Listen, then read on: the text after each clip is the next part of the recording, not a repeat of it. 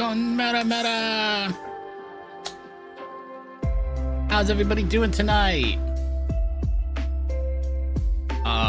Subtitles. Hello. Mic check 1 2. Subtitles. Hello.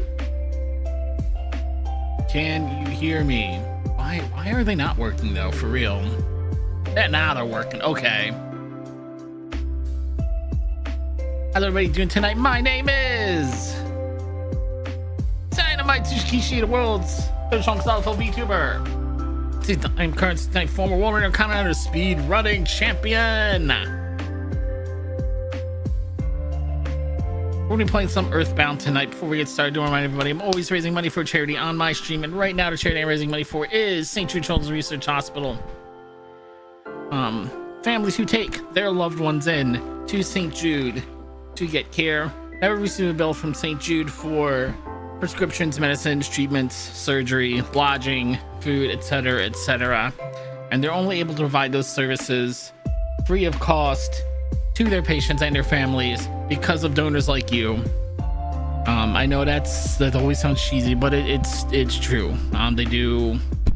Excuse me. They would not be able to provide all those services free of charge to the patients if people were not donating to the charity. It's a fantastic charity to support. If you'd like to learn more about what St. Jude does, you can go to stjude.org or use the charity command in chat to donate via Tiltify. Use the Tiltify command.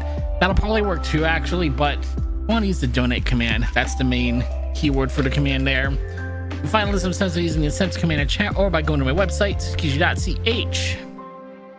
If you'd like to support the streamer, I would greatly appreciate it because I'm in the office quite a bit for the rest of the month, and I love my new job, which is the same thing as my old job, except now I'm still working for my old boss in a new location.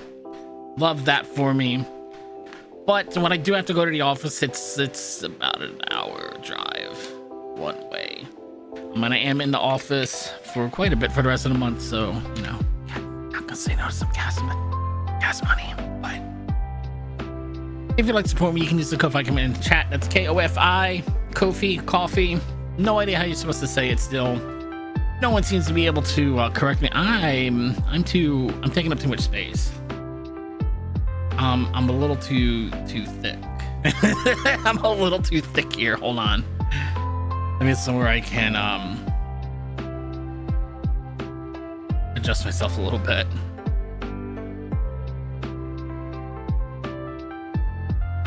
There we go.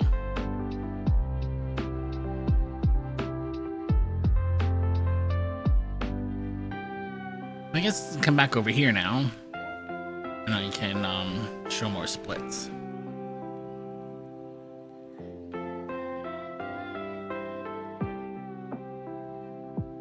Yeah, we're good. But as I said,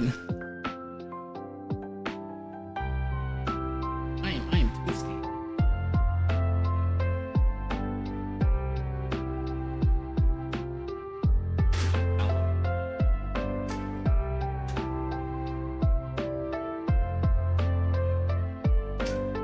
Okay. As I said, we are going to be doing EarthBound again today. We're back at it with Pokey%.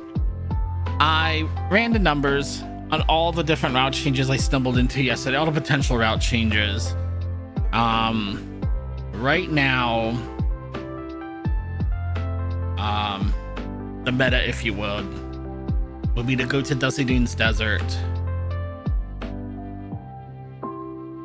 to get the sunstroke condition we need for the rest of the run.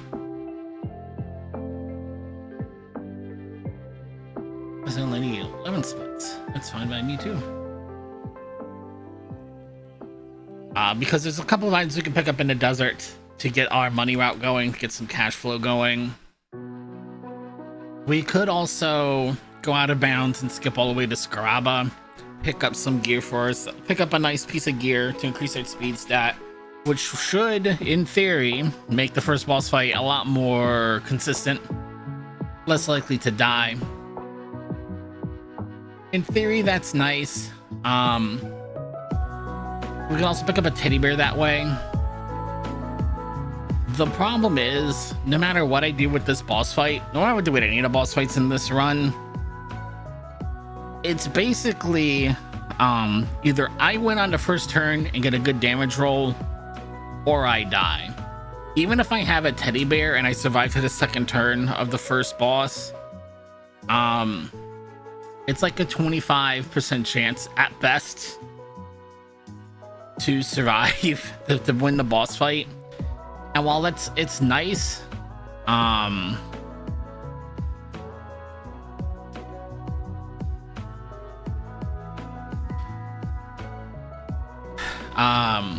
it's nice to have that second chance. The fact of the matter is, it's just not a very good chance.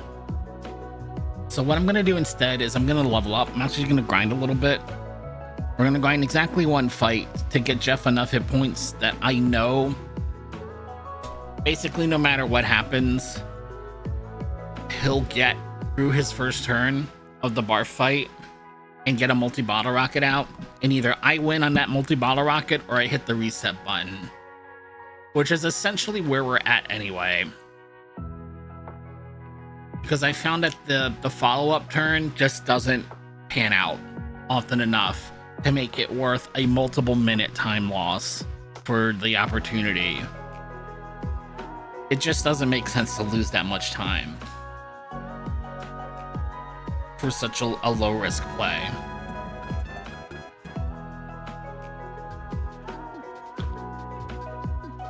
But we'll see. Anything can happen. Ow. Okay, that is working. Splash. Not the game. Yep, those buttons are working. Okay.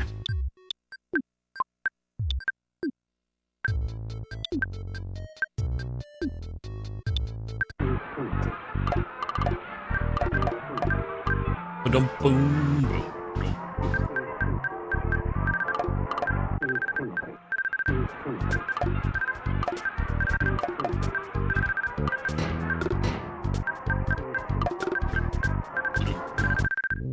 We did pizza last time. Do we want to do pizza again? I don't know if we want to do pizza again.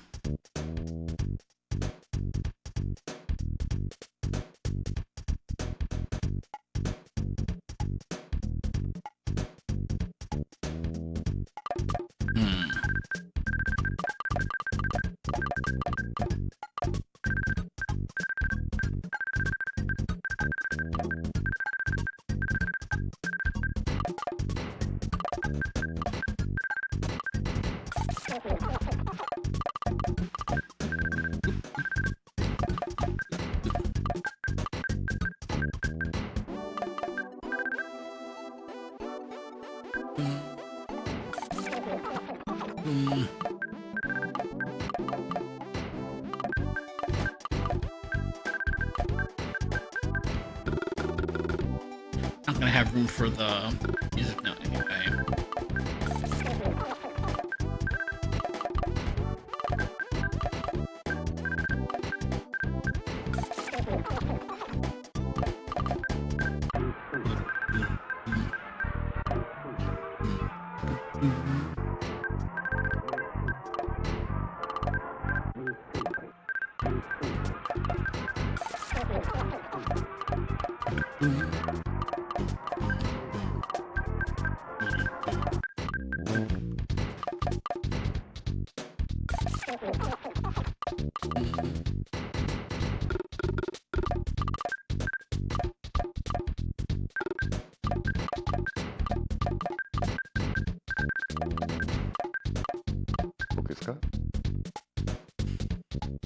Favorite thing.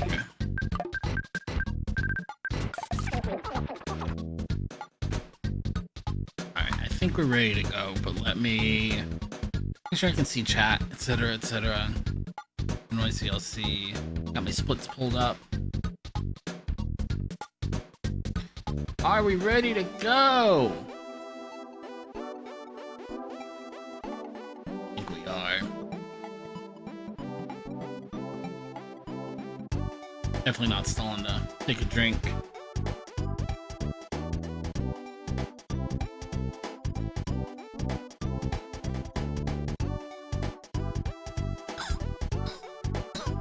going wrong. Oh my gosh.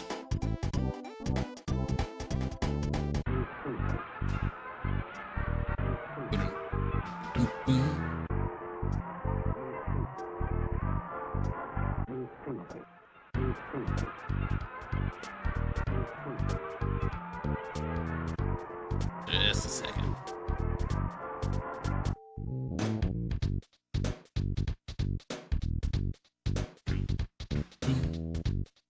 Excuse me. All right. Oh my gosh.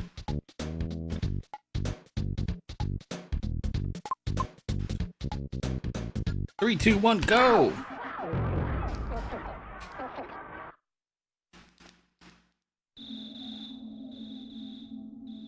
So as I said, this is gonna be a Pokemon speed run, which at its most basic means we're gonna be swapping out Ness for Pokey as soon as we can, which is gonna be very, very early in the run, believe it or not. We're sucking this about minute 5 long, unskippable cutscene, and then we'll get to work. It is based very much on Pajama Percent. That's the only other category and the only mainline category I run for Earthbound. So we're gonna use the same stairs glitches, same save file setup, stuff like that as we would for Pajama Percent. But the big difference is, since this is not Pajama Percent, we can advance far enough in the game to be able to get a phone call from Ness's dad and be able to save the game anywhere we want to. I'm just gonna let us use the stairs glitch a lot more often in a lot different ways. We're gonna start the same exact way, which is it's gonna wake up. I'm gonna hit this reset button, and we're going to start our process of swapping out Ness and trading in Pokey. Because the Apple of Enlightenment said it is 3 boys and a girl who will go on to defeat Gygas. The Apple of Enlightenment didn't say Ness and 3 of his friends would go on to defeat Gygas. So we're gonna find out what happens if Ness decides to just take the entire story off. Just says, nah, I'm good. I don't feel like it today. Come down here. And if I've timed this moving out correctly, we're gonna get a game over right there. Good. Got the game over just as we were stepping onto the staircase there. Which means we got a game over while the game was trying to do quite a lot behind the scenes. And one of the things that the game does when you step onto a staircase is it's programmed to teleport you to the staircase. So after we get our game over and load on our speedrun file, the game still thinks it needs to teleport you to that staircase. So it teleports Ness from his bedroom all the way to the stairs. And after this little bit of text, we're done with Ness. Ness is gone. We're not going to have Ness as an active party member for the rest of the run. That's it. Super simple. Told you we'd be getting rid of Ness super early in the run. And if you didn't quite catch that with the stairs glitch, we're going to be seeing it a lot. So don't worry. We'll go over it again. And we'll see that 3 skip a couple of times again too. Teleporting yourself to that staircase in 3 ends up being a vital component of the run, so we're gonna see that room a couple more times. Don't worry about it if you missed it the first time through. But now we're gonna play as Okayu. We're gonna play as Jeff, and we've skipped from Ness's prologue, obviously at the very, very start of the game, all the way to Jeff's prologue, which is somewhere when you're in 3. I'll say what, like a third into the game, not quite halfway to the game. It's not like I've played vanilla Earthbound in a while, so take the air quote percentages, story percentages with a grain of salt. Well, I'll say about a third into the game. It's a huge skip one way or another, however you'd like to look at it.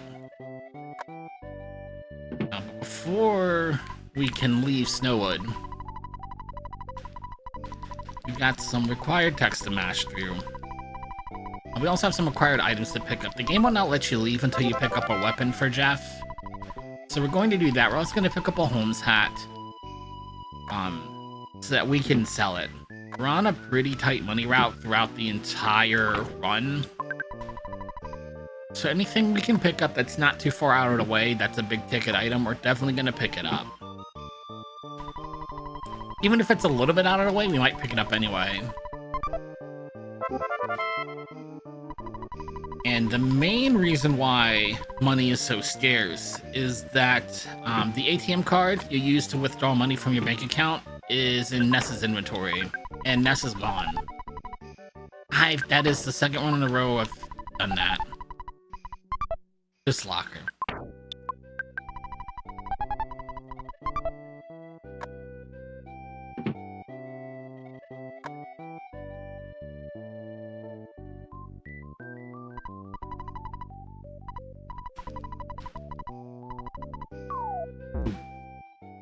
We're out of Snowwood.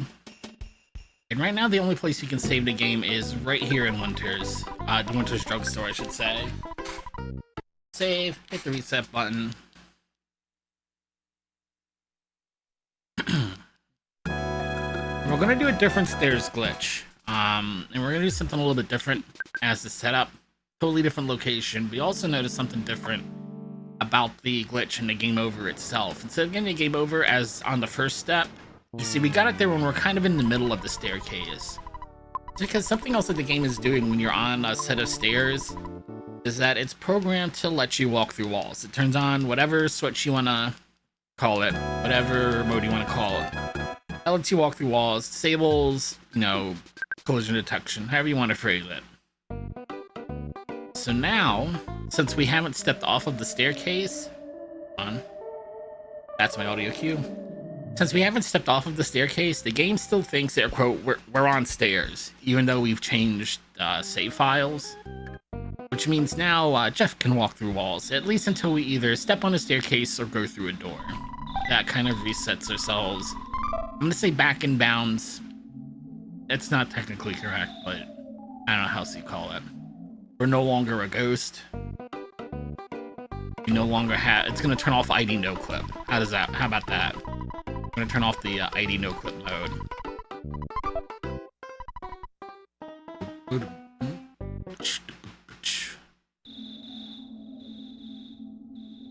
We grabbed the town map from the library, and I'll explain why that's a super important item in a little bit. But right now I'm just... Ooh, oh my god. Crick in my neck. Oh, my neck hurts. Right now I'm just trying to get a game over, which is to get into an encounter, and nobody wanted to fight me. Don't do that. Just hit me. Thank you. It's gonna continue. It's gonna send us all the way back to Winters, but we're gonna have the town map in our inventory now. And I'll take this opportunity to now for this trip, I'll talk a little bit more about walking to the void and how the town map helps us out. Because I know it was kind of bang that first trip through. Just get outside here. And I get through this text box without mashing the wrong button.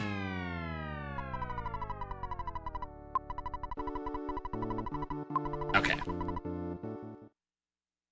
So if you can go out of bounds in EarthBound, you can literally go anywhere in the game that you want to. Because the entire world of EarthBound, all of the houses, all the caves, everything ever in the world of EarthBound is on one map file. You can actually hear the music changes are moving from one room to another.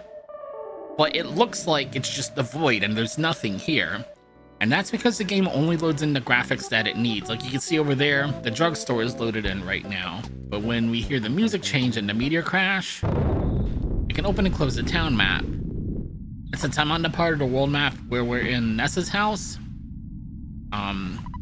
opening the town map will refresh what graphics are loaded in. So now I've gone from the Winters drugstore all the way to Onett, and now we're back in Ness's house and we can do the prologue more or less as normal. So there really is no such thing as the void. There are, of course, at some point edges to the world map, and if you walk off of the world map, bad things will happen. But for our purposes, the purposes of watching and enjoying the speedrun, you should just think of it as there's really no such thing as the void. You just can't see what's actually there. And also, with very few exceptions, if you can't see it, you can't interact with it. Like, more likely than not, when you're walking out in the void, you're gonna walk over the coordinates for, say, like a door or something like that. But you can't walk through the door if you can't see the door. I tried to set us up around the snake.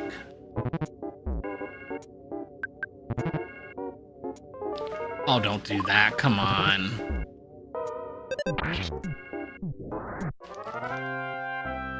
If you're really familiar with EarthBound, you might be wondering, hey, wait a minute. Aren't you going to go talk to Pokey? Why are there enemies out? You're right. At this point in the run, at this point in the story, the enemies aren't supposed to be here yet. Not until you go talk to Pokey and advance far enough in the story where you're trying to figure out where Picky went. There's not supposed to be anything here. And keep this in mind because it's going to be on the quiz later, but whether there's an on-off switch controlling whether or not EarthBound will spawn in the random enemies for you to run into. And certain cutscenes, it's usually a cutscene, will control whether or not that switch is turned on or off. So at the start of the game, the switch is turned off so that you can go up to the top of the hill here and talk to Pokey without having to worry about random enemies. But when we started playing as Jeff, you've got to be kidding me, dude.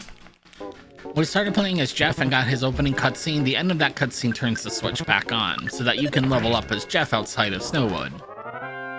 And that's why there's enemies here right now that are causing me a big time loss because they won't leave me alone.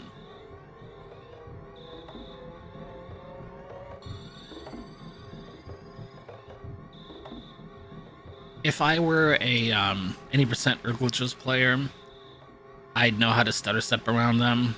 And honestly, I could just walk away and despawn them, but sometimes it just takes so long to despawn them. I'll just take my couple extra XP and just keep moving. You could be running back and forth forever. And especially since the combat's so quick. Because just pop gun kind of out levels this area. Boom, boom. And we saw there a brief glimpse of the timeline as it is meant to be. The broken timeline we have severed from this reality. And you can also see Ness's mom just runs completely off screen. She's meant to follow Ness to the right hand side of the screen. But what she's trying to do is walk to where Ness is, and Ness is obviously not here. So she's just walking into the wall, trying to get to him.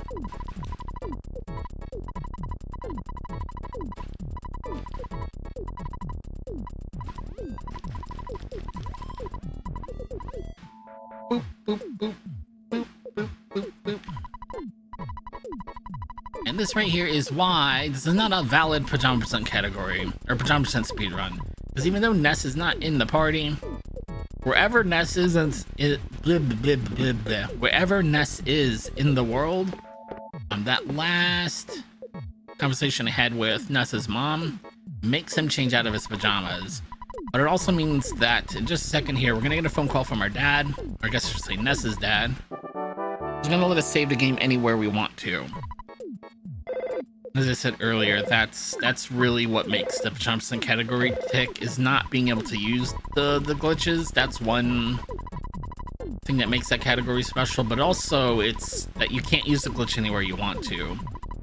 It's not just about being in your pajamas, it's the limited save locations that make that different from, say, any percent or I want to say any percent New Game Plus, or what is the category I'm thinking of? That's the kind of strange one.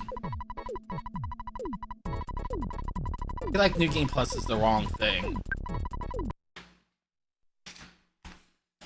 Any percent you can use more than one save file. I don't remember what the category is called though. It might be New Game Plus.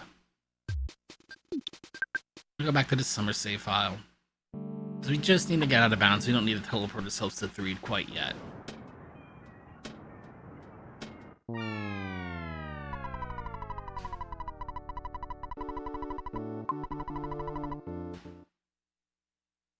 Your category is okay.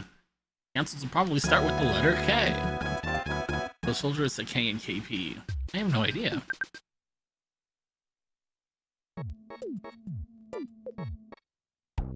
Oh. Okay. I didn't mean to fall right into that. Carrots. Diamonds. Hang on, I've gone too far south, I think. Yep, so we're gonna use the town map to load in this beat up old house. And if we head down, it was gold, of course. If we head down here, now this loaded, this beat up shack's loaded into memory, which means we can go right to the desert. Woo! I don't think I can get out of this, especially if I hit the wrong button. All right.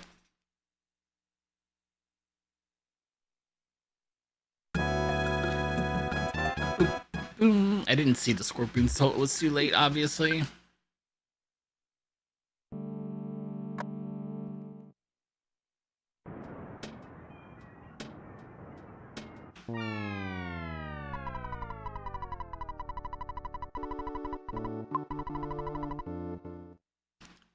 Boom, boom, boom, boom, boom, boom, boom.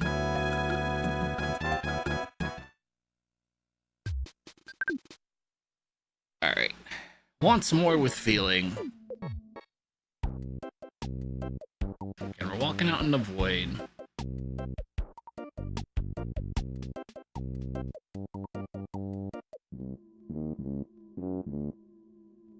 Not quite. Here we go. Load that room in to memory.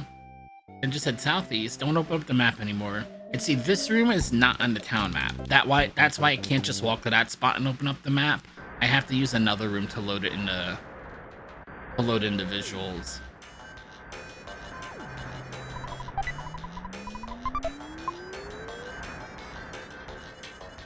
Enemies are rough today. I'm gonna take a nap. And I think I'm gonna save because the enemies are really bad today. I'm gonna take a nap so that Jeff will fix the broken spray can.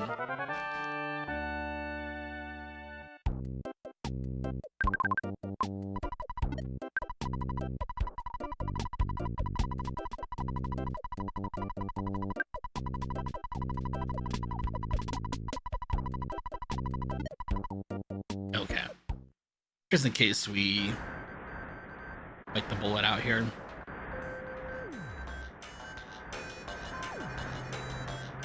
See, you can tell by the flashing on the screen that I've already gotten Sunstroke, which was the goal. That's one of the reasons why I'm here. The other reason is for all these lovely presents I'm picking up. But I actually need Sunstroke on my speedrun file. We're gonna have it for, what, at least half an hour, probably closer to an hour. Because we're going to need to do some stairs glitching on this save file, which means I need a damage over time effect on Jeff.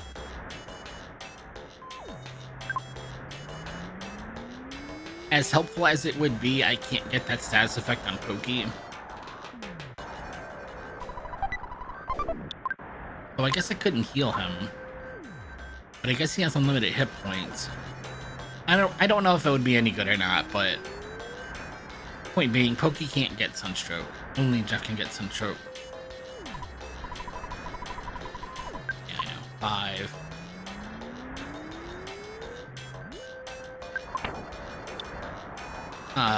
Where's a healing item? And it's gonna be our one grind fight.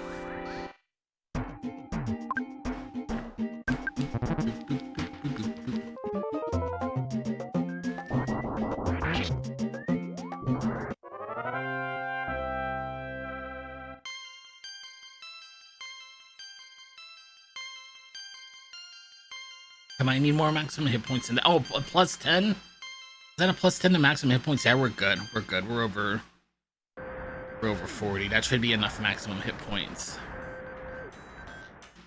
Got a little bit of shopping to do. Sun gets pill can go. Bottle rocket can go.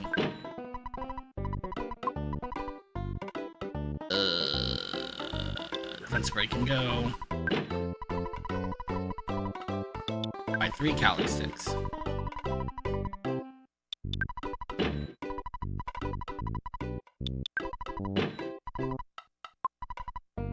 And now we're going to wait for low hit points. That's kind of the drawback to this, is I have to wait for low hit points, critically low hit points, and I just got a bunch of them from leveling up. So I have to wait for all this damage to tick back off. Hang on. Red roll. Okay, yeah, I'm gonna...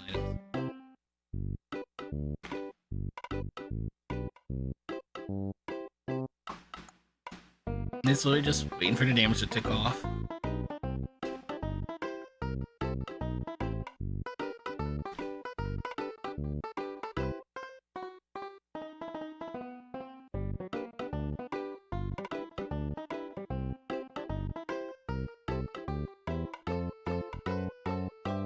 You see, we got Sunstroke way earlier than I did in my PB apparently, but I'm waiting for all these hit points to tick off, so we're not going to see a big time save on this split. We should see one on the next split, because I'm not going shopping, is the thing. I'm going right to the boss fight. If I can ever get off this split.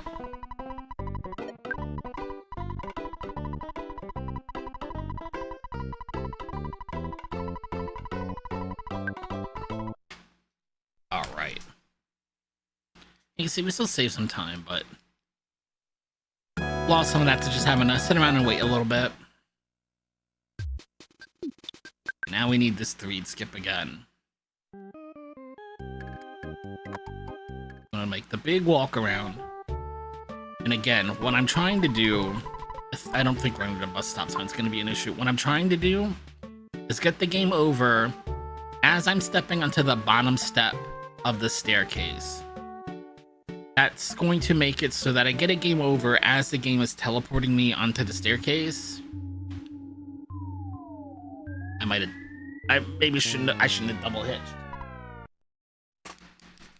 It felt like I was going too fast. I should have just taken the 1 hitch in my step. I think I should talk about why is the game teleporting you onto a staircase if you're walking onto it.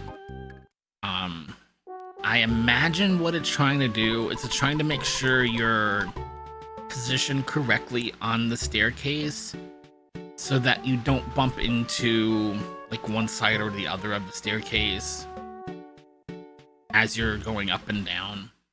Because another thing that's going to do is it's going to lock you onto a rail so that you can only, come on now, Sushi, so that you can only climb up and down the stairs.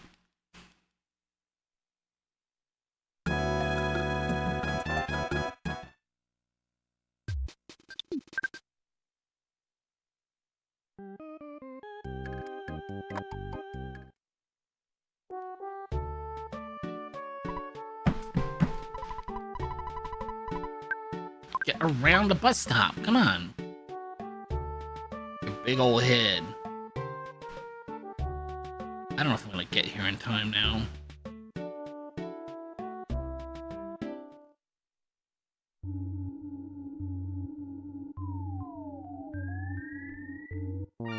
I think I got there too fast now. We'll see.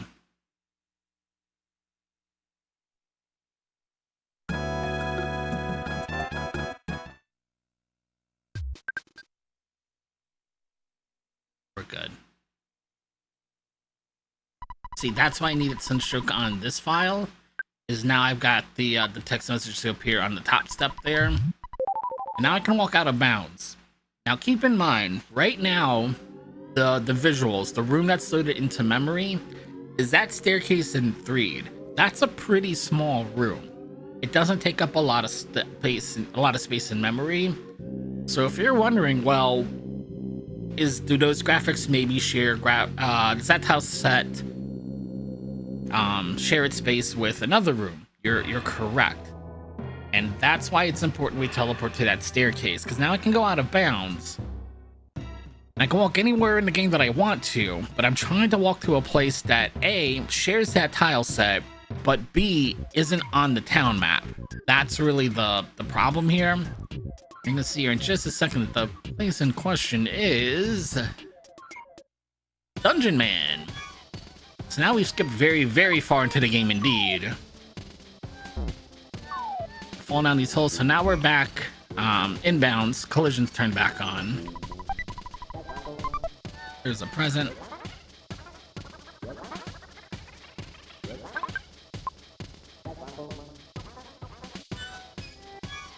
No encounters to worry about. Oh, just as I open my big fat mouth.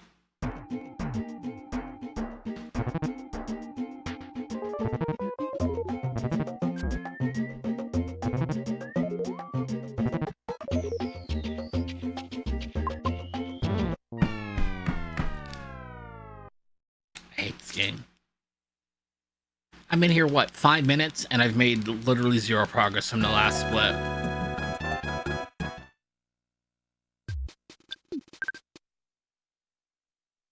I gotta do all that all over again.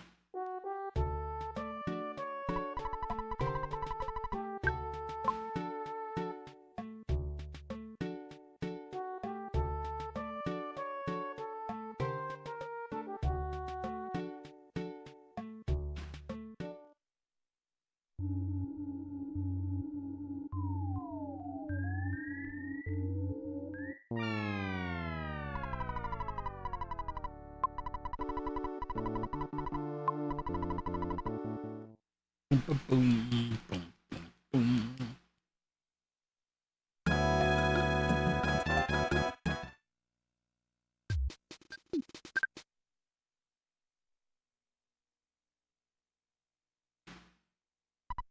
I think I walked too far to the right. No, we're good.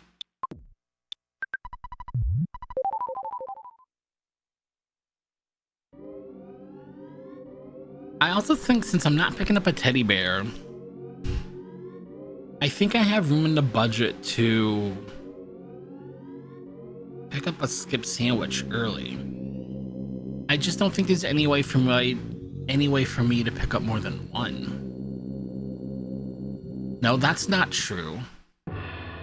I can sell the bottle rocket that I start with. I can sell that off early because I'm going to pick up an extra one anyway. I can sell my Holmes hat. I can sell my pop gun. I think that only gets me one, I think. And I can sell the broken spray can, even though I don't repair it. I can get 2 skip sandwiches for this part of the run, and that'll save me some time too. I think I can squeeze out a little more speed out of the starter run here.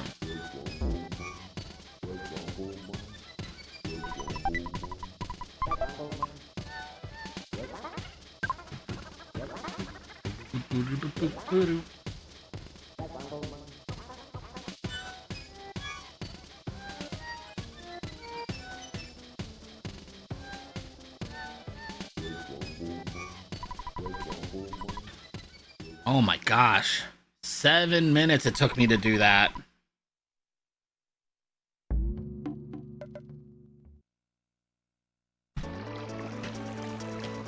But we're finally making our way over to deep darkness.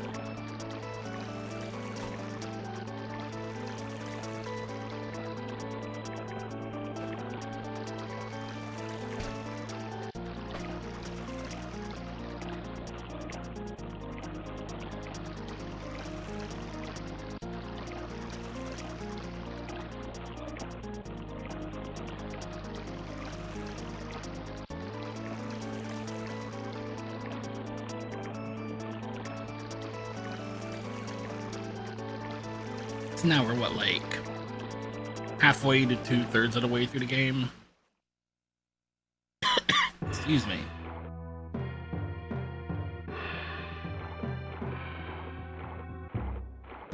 I'm gonna sneak down here in the swamp here.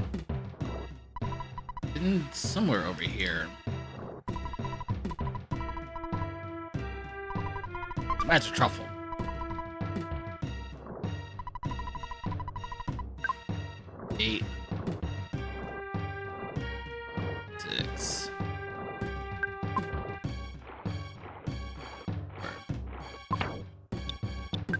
let's not risk it. And there's another match truffle over here. There's going to be endgame items for the Gygas fight. Wait, come back here. Need to sell the talisman ribbon.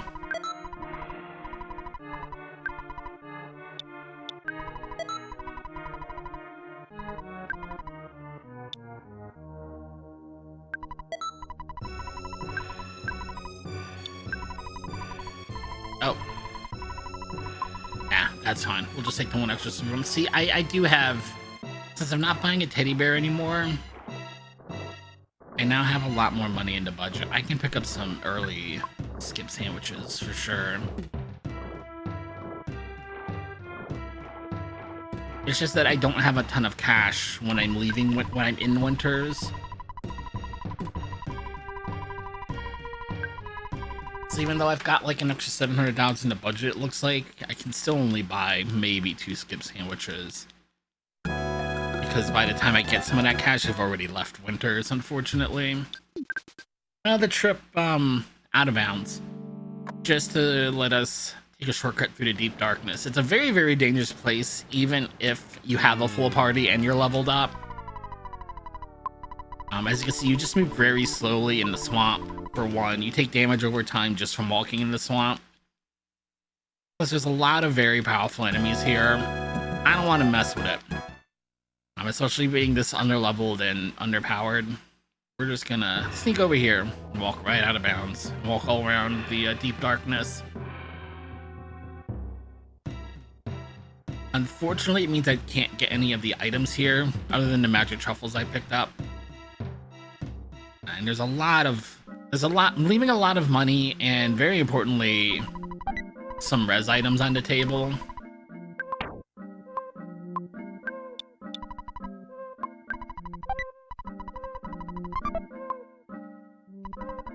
Save the game here, but we're not going to reset. I'm just trying to save the game because we have a boss fight coming up. And I should have saved after I got this text message, but that's okay. See, I'm already losing time, and it's because I lost 7 freaking minutes to goofing everything else up. So however far behind we are after this split, we gotta take 7 minutes off of it to get a rough estimate of how much time the route change would save.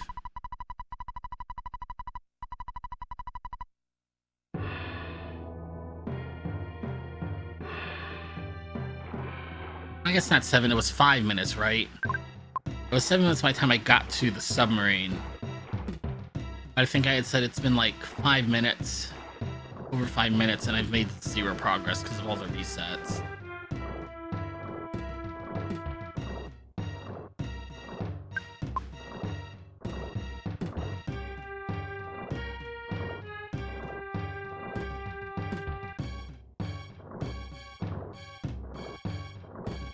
Almost there.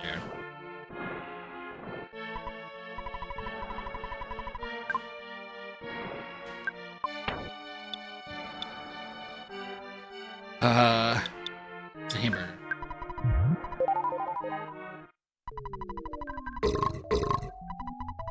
Alright, so either we win on this first turn or I hit this reset button. No in between.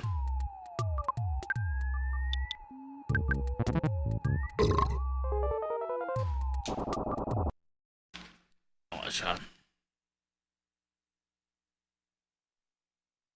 The notch was also a reset.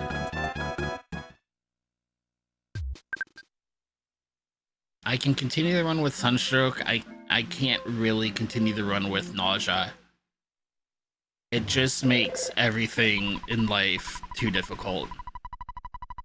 It deals a lot more damage over time, and it deals that damage over time twice as often. So you know how when we do the 3 skip, you can see I've kind of got it all buffered out where I walk over to the ladder, immediately turn around, and the timing's very consistent of me hitting that top staircase. You can forget all of that if I have Nausea, because the timing of the damage over time is completely different.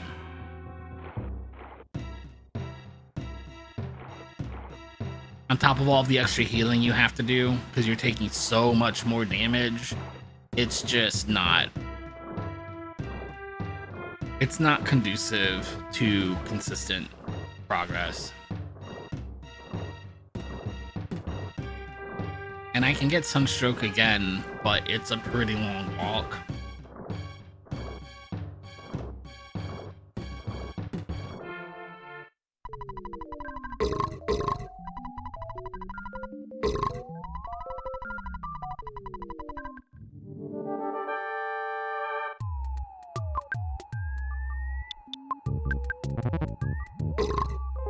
Bro!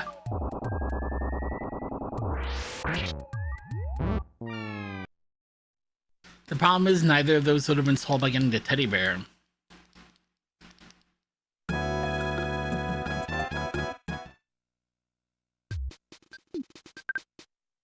Or can a teddy bear take nausea? The teddy bear can take nausea, then maybe that would have helped, but neither of those damage rolls were any good.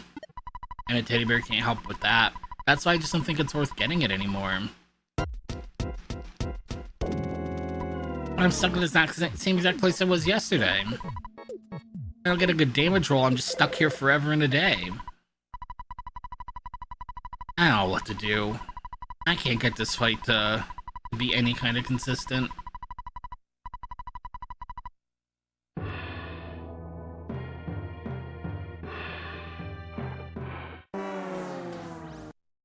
I get there too.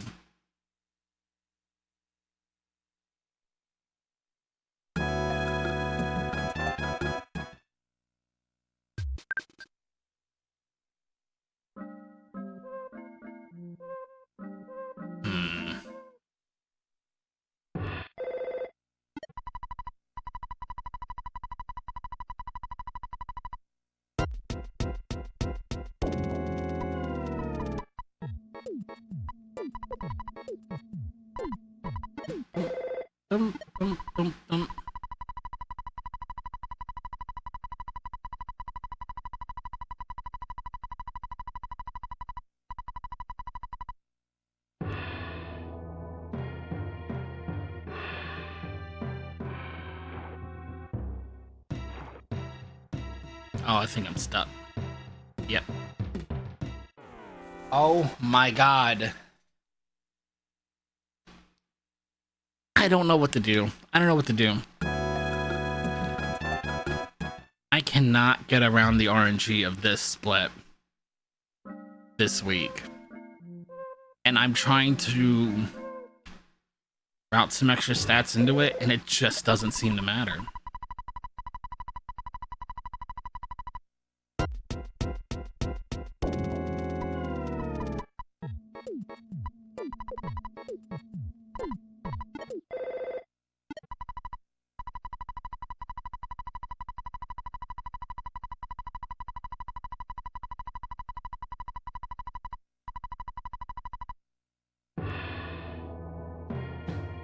What is with these enemy spawns?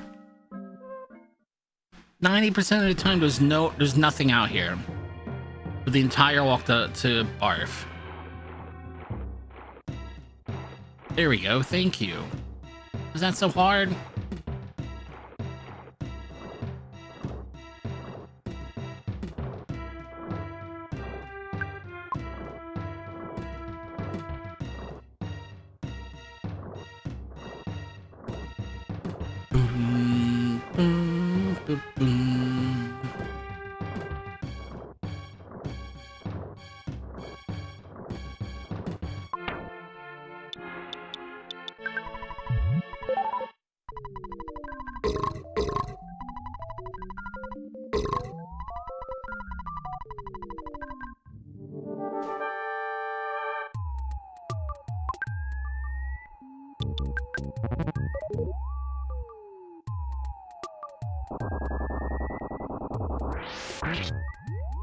Of course.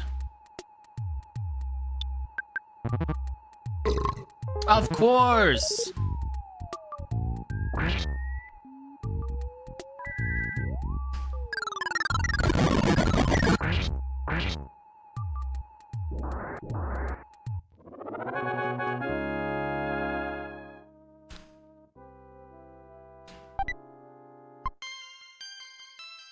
Okay. We need to solve two issues.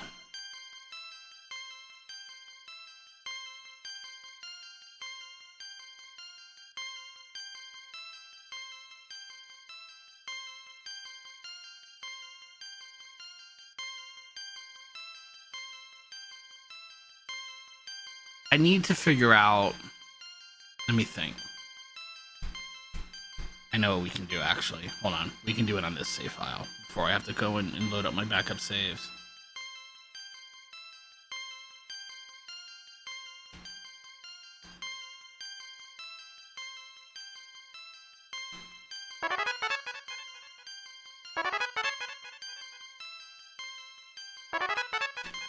If I can unlock either the teleport to Dusty Dunes Desert or the teleport to Scarava, it doesn't matter if we get nausea here. It's still a time loss, but it's not going to be. No, see, here's the other problem though, because I already looked up the formula for it. Let me see what everybody's stats are going to be after this. Here's the problem. Okay, good. Guts 14, Guts 9. Okay, that's I can live with those odds. Once your gut stat is over 30, I think you're immune to getting sunstroke.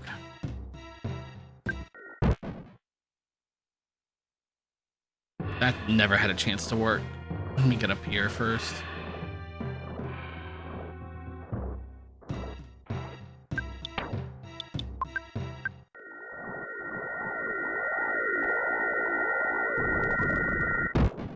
Are you for real?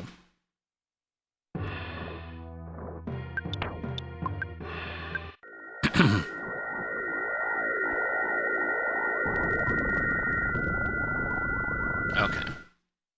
Need to figure out if I can unlock either of those teleports.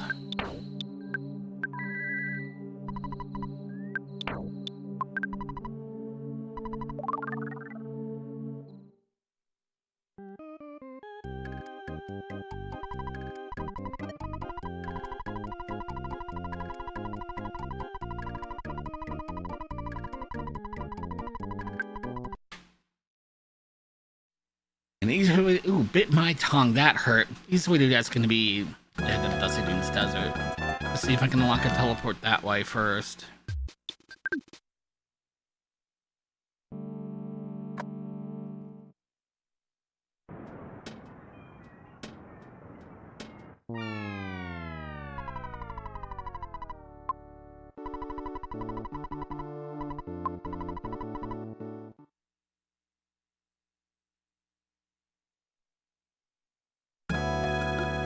Boom, boom, boom, boom.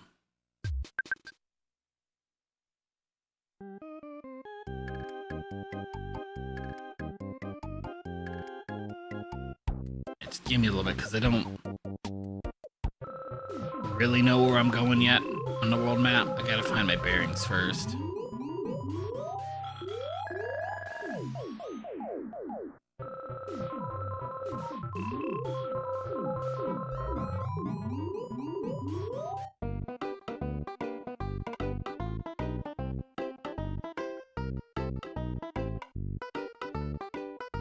Come on, can I find one familiar room?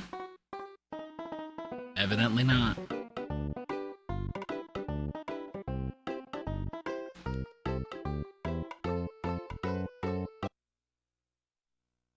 Ah, see. Not too far north. I gotta find my bearings from the hotel. I don't have to stay as much out there often, so I don't actually know where the heck I am.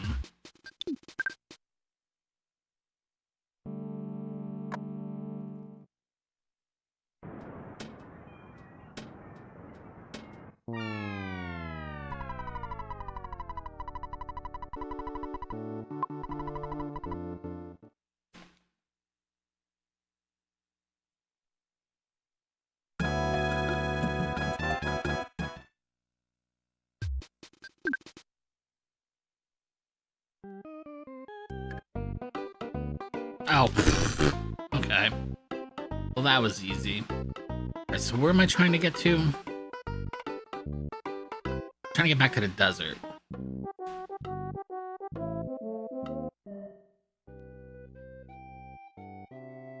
Right, so there's the house. But I think the drugstore's right here. Yeah.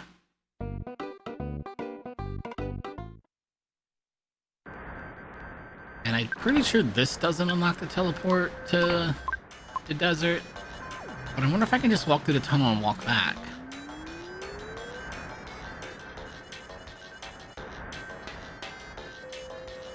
He said not knowing the tunnel was so far away, my goodness.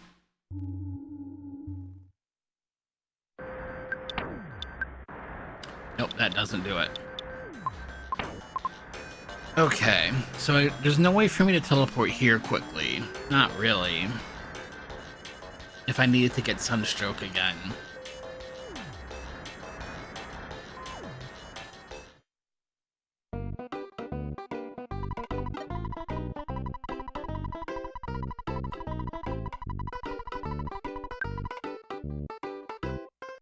How about Scaraba? Can I get to...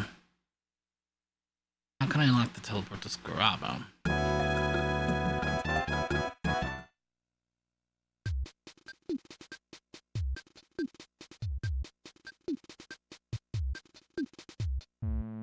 I probably can't, can I? In order to unlock the teleport to Scaraba, I have to take the boat from Summers.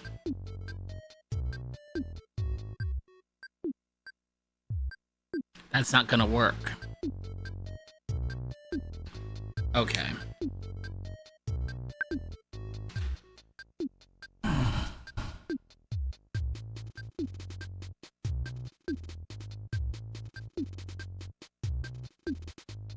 Alright, what about other damage over time effects?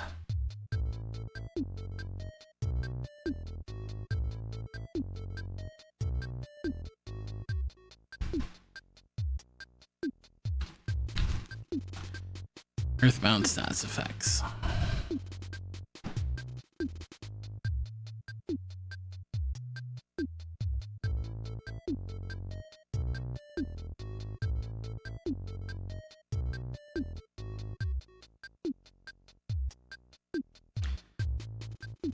I could get a cold.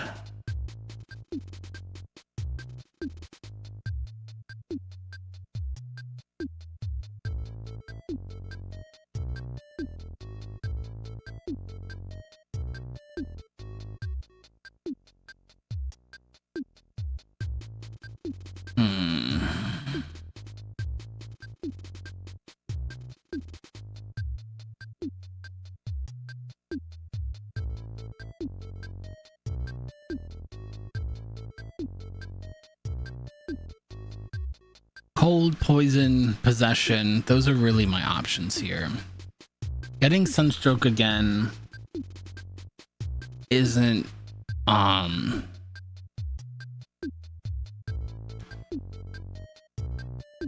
fast enough. It just takes too long.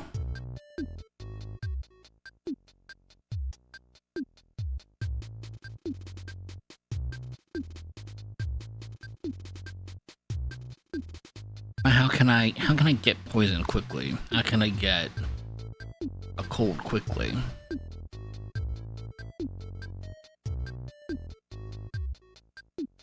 You see what I mean? And that's why I think you just gotta reset if you get nausea.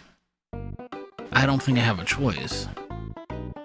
I think I'm just stuck with that situation.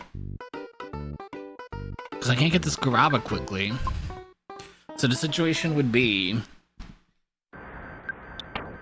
you know, what I'm trying to do is make it so I don't have to reset if I get nausea. So I'd be here, I'd have to heal the nausea, because that's not gonna work. We just beat the boss. We would go to Winters or Deep Darkness. I guess we gotta do, no, we don't gotta do shopping yet. We can just go to Winters. I don't think I can pick up a status effect here. That'll work for me.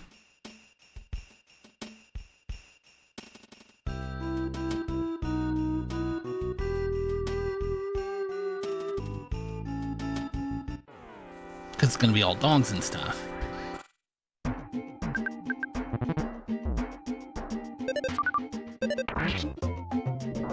This isn't gonna work. Then we're going to Happy Happy Village. There are the robots near Happy Happy Village that can give me a cold. But think about how long of a walk that is. So I guess in this situation, we're kind of on backup strats anyway.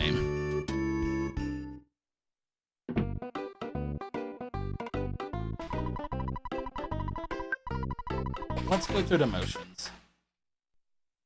I need to get a cold on somebody, get out of the fight, and survive. I'm asking for a lot here.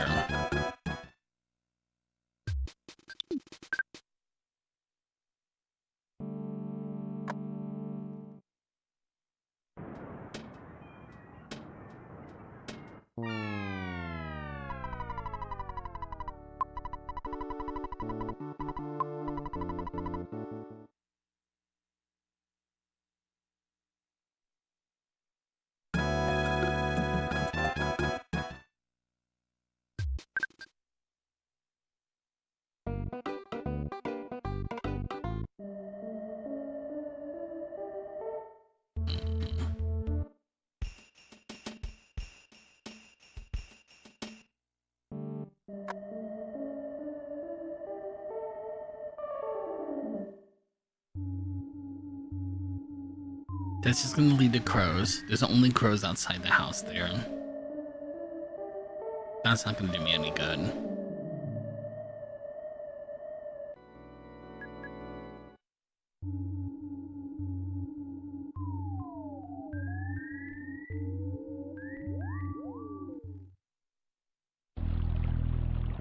Tree's not gonna work. It's gotta be the UFO.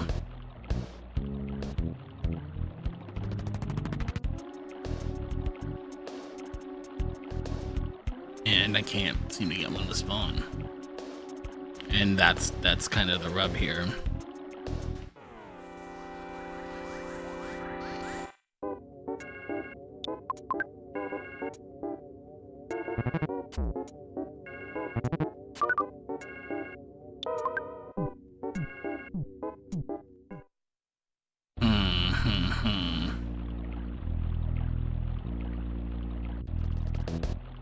See, there's the UFOs. They're all over there.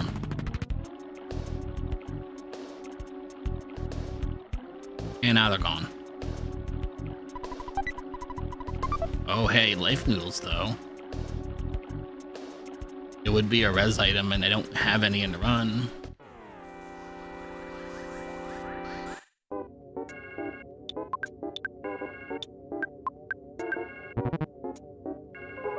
Okay. Now I gotta get out.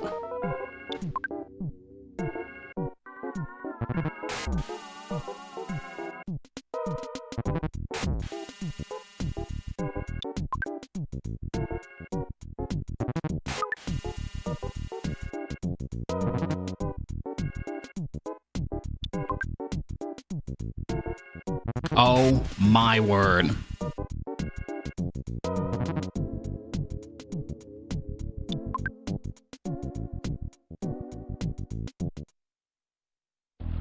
Okay. This might work. This has potential.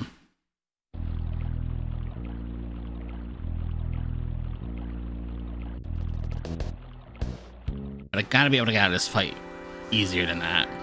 We're gonna skip the first turn because I'll be able to run away on a surprise attack first turn, no problem. That's guaranteed to work. I have no... I can't stick any sass effects, never mind. All I can do is try to run.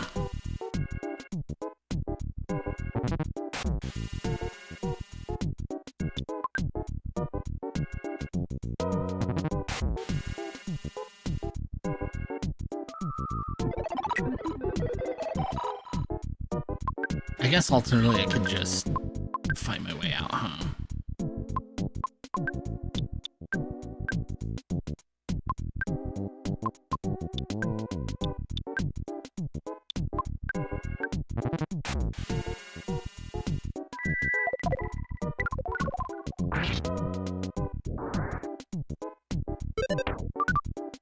Really?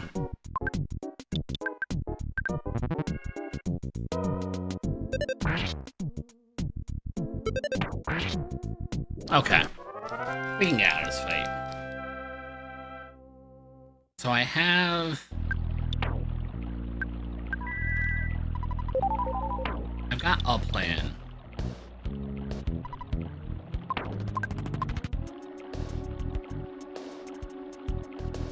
For if we lose nausea in the fight. That means I don't have to reset that fight. I can go and get nighttime stuffiness there, rather than eat the reset and try and beat the boss again. Though to be honest, resetting's faster. Resetting's a lot faster, but that looks like it'll be consistent.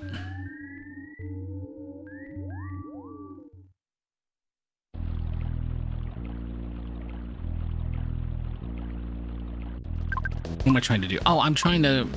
Hang on. I'm not actually trying to do the run here. Hang on. I just need to see if I can 3 skip with double nighttime stuffiness for one, but... Something I can get rid of it on somebody.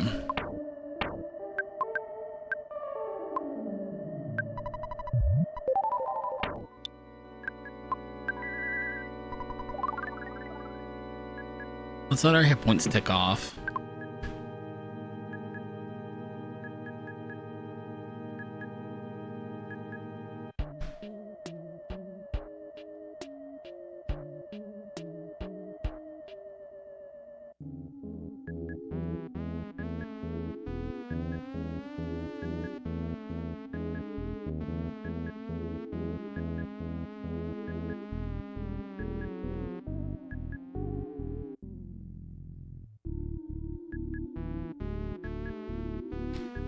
Just waiting for the hit points. I just gotta make sure the timing's the same of the damage over time from sneezing.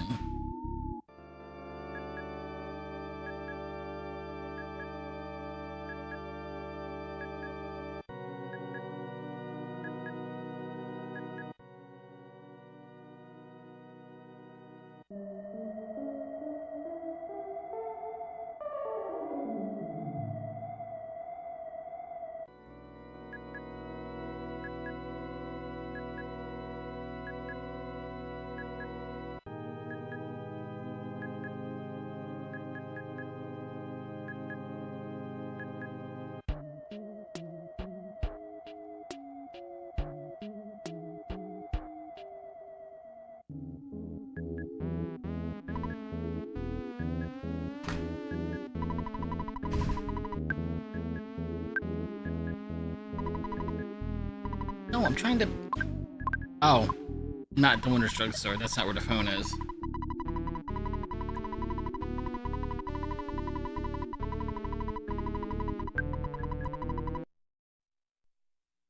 Alright, so what are you trying to do? 3 file. Need to use the 3 file. Yada ba ba doo.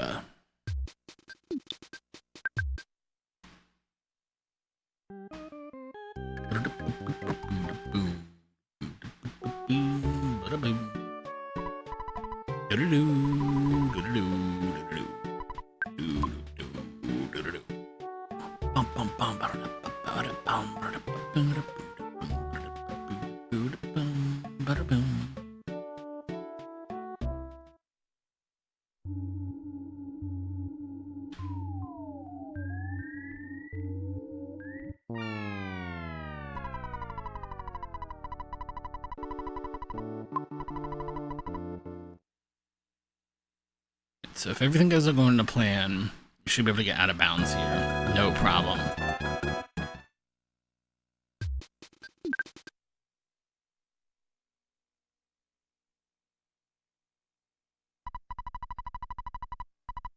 Okay. I can do it with nighttime stuffiness. And we got our backup plan. What was the other thing I was going to work on? Oh. Do I want to just go pick up the stupid crystal thing? Do I just want to go to Scaraba anyway? I don't think so. Because it's a whole extra out of bounds trip. And it's a long one.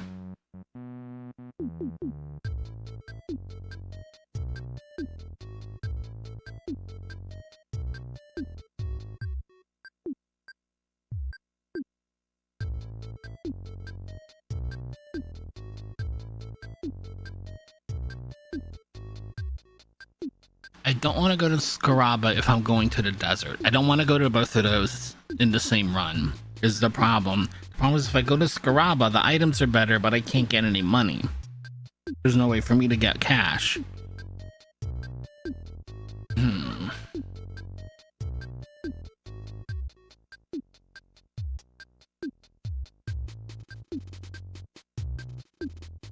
If I go to the desert, I can't pick up any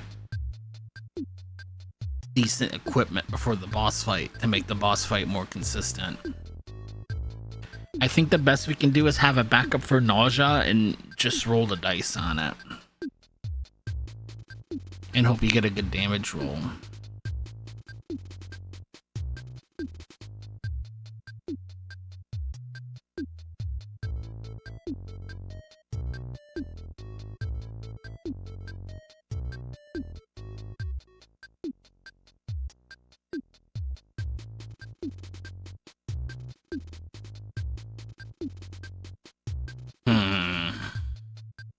Let me think.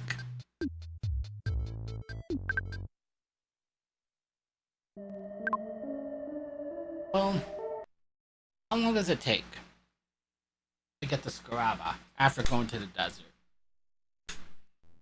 In theory, if we were going to do that, how long does it take? Let's find out. And just as well, we're not on the clock anymore.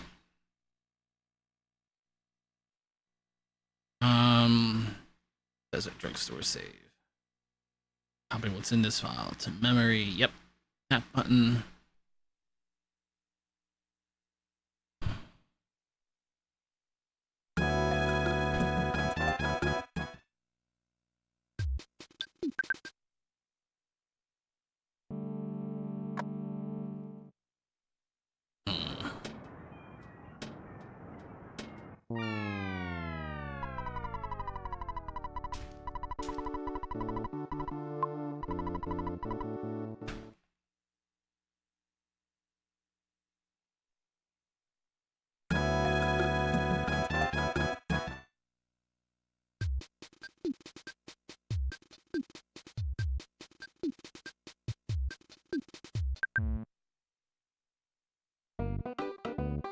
It's just such a long walk.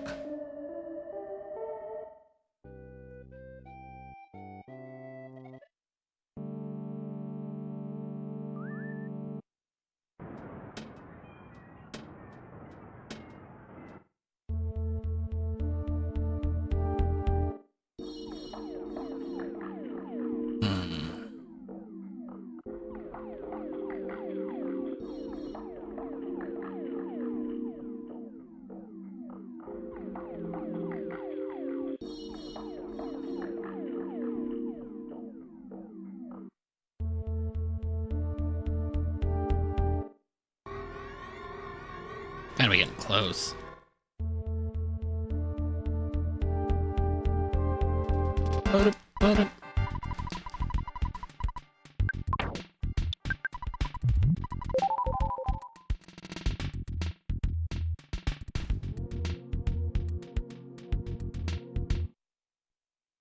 Yeah, science is good. There we go. Now I'm in Scaraba. See, all of that just to get here to pick up one item. But if it makes the boss fight a guaranteed success, it's probably worth it. It's not that long of a walk.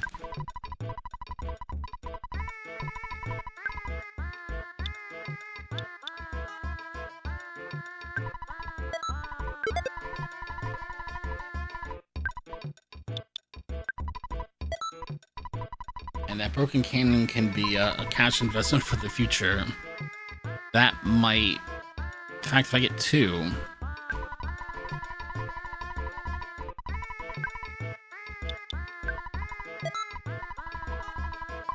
That's definitely an extra multi-bottle rocket.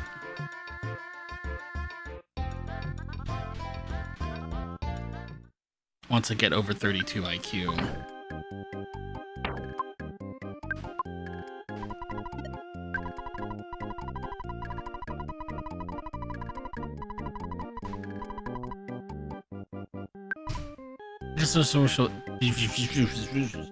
I just wish there was a faster way to get there. But we're not picking up a teddy bear.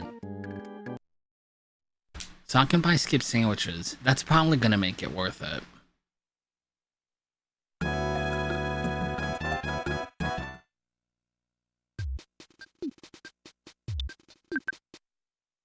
As long as the 3 skip works from that save point.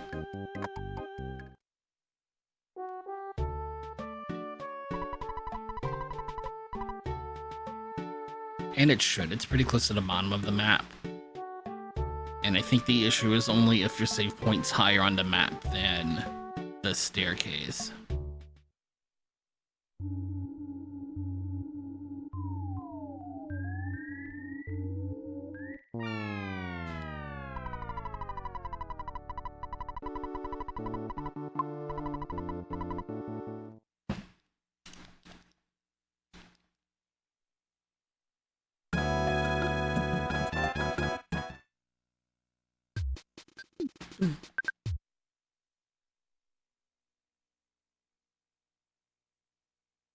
And I didn't wait for low hit points, but that's not really the point here. Just wanted to make sure that I could get there.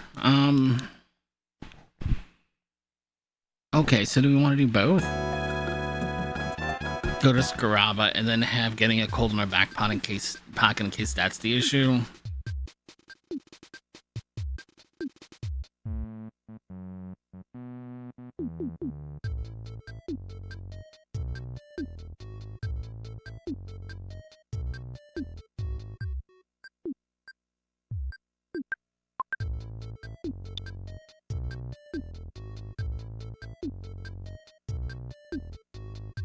Do I need... I'm gonna need...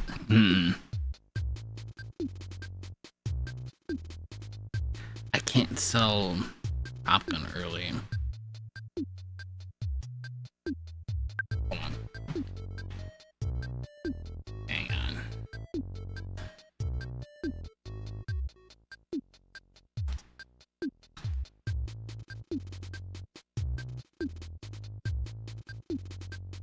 Let me look up something here real quick. Hang on. What is in the locker rooms in Snowwood?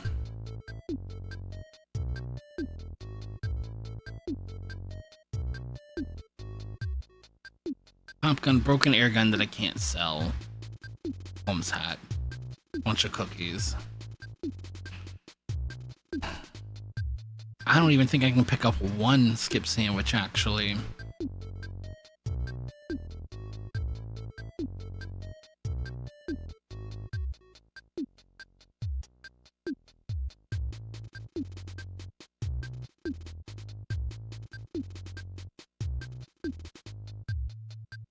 I can pick up regular skip sandwiches in the drugstore in the desert. Oh, but I'm going to Scaraba. Can I pick them up in Scaraba? Hold on, wait, where's Scaraba in the walkthrough? I know you can't see it, but by the time I get Firefox on here and all cropped and stuff, I'll be done. Hold on.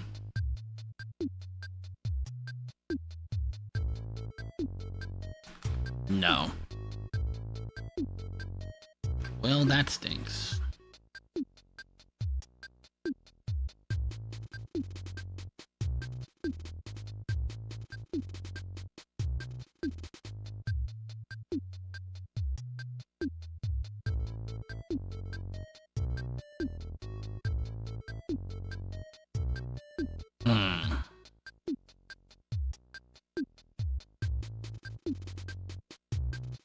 I don't think I have a save file for just after getting Jeff, but let me check.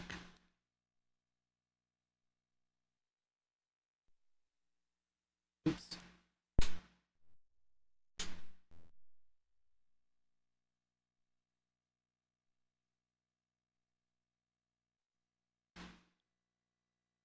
Oh,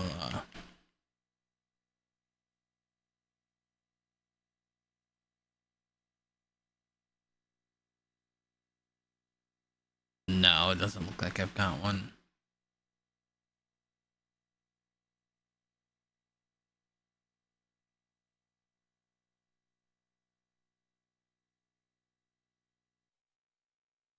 Sugar. I don't think I can do anything about the lousy shopping trip, unfortunately.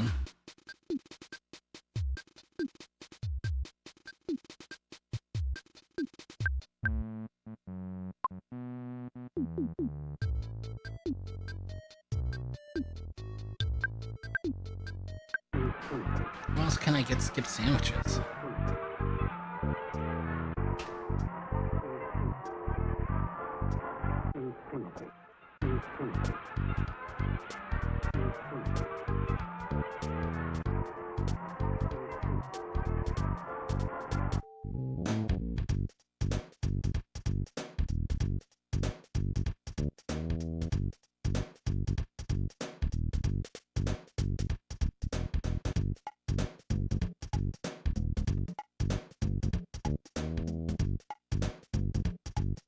Yeah, I can't pick them up without an extra save and reset to get back out of bounds.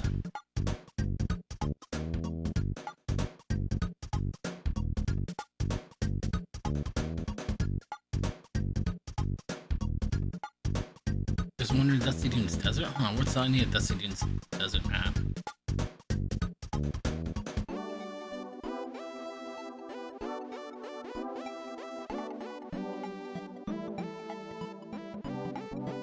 Where's this skip sandwich deluxe out here?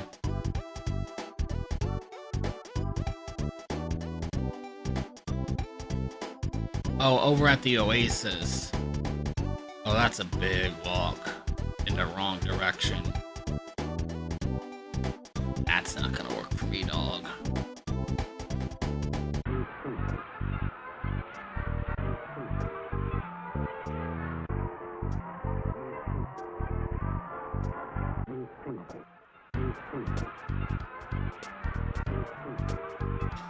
Yeah, I think we'll have to pass on getting Skip Sandwich DX. But we can get the regular ones.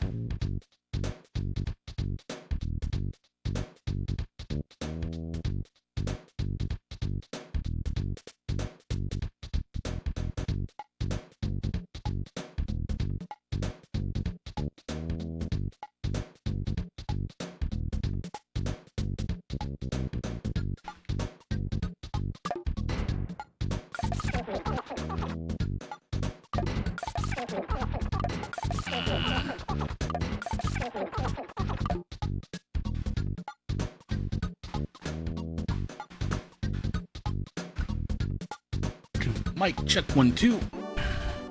Boom, boom, boom, boom, boom, boom,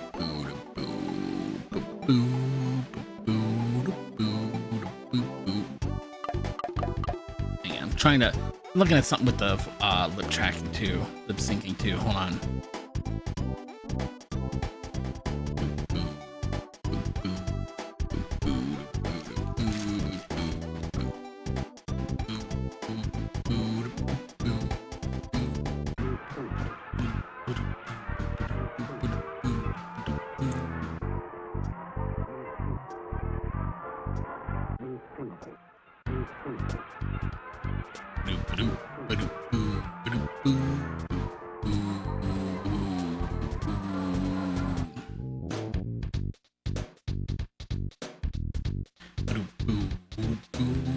Mic check 1 2.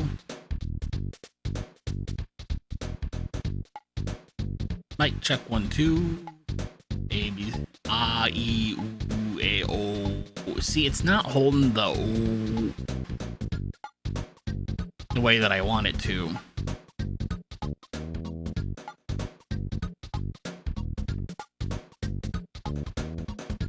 Mic check 1 2. Test 1 2. It's just not quite working the way that I want it to work out. There we go. That's a little bit better. Okay. Okay.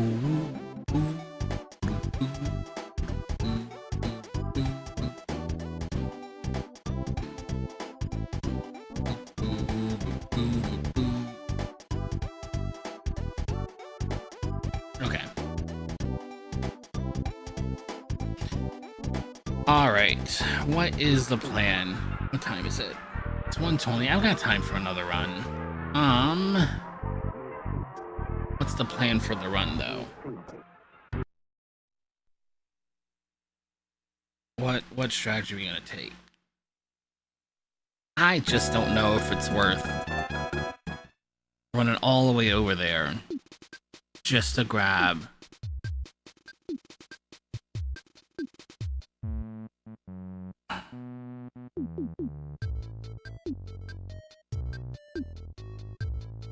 Because it's like...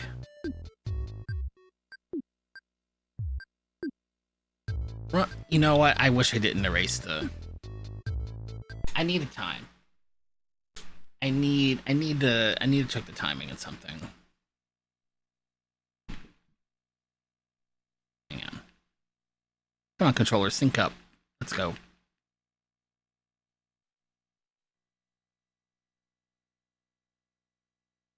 Alright, let's time how long it takes. What's in the file goes to memory. That's the button I want.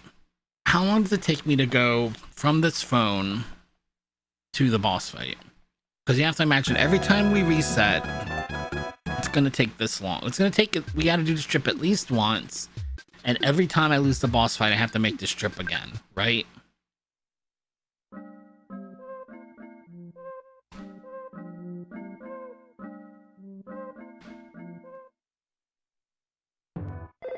Oh, shoot. Hang on. I can't even use this time because we got to remember to get rid of the text, too.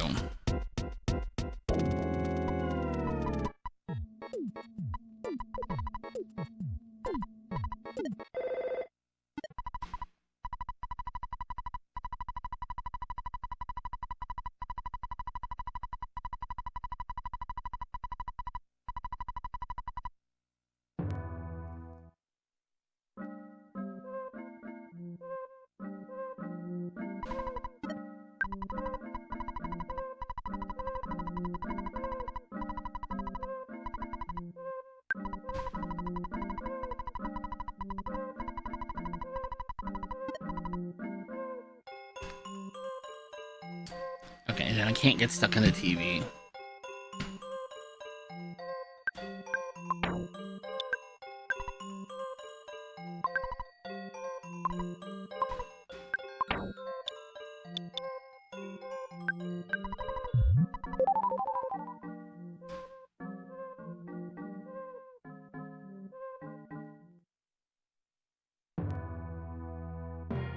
Oh my gosh, and now I gotta worry about enemy encounters too.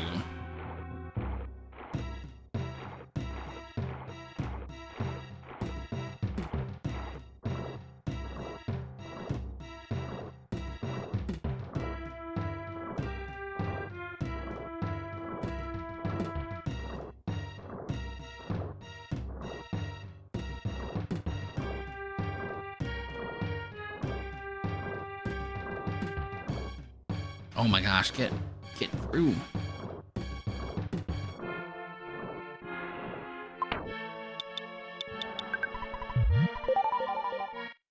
Alright, I did bunk a couple of times, so we'll say 45 seconds to get to the boss every time you reset.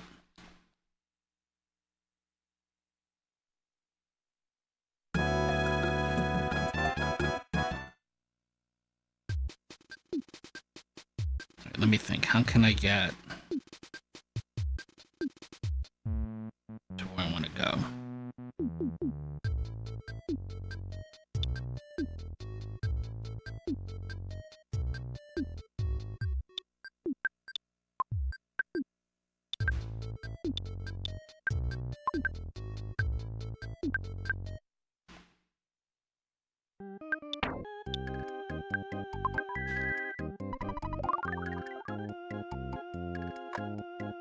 Boom, bada boom.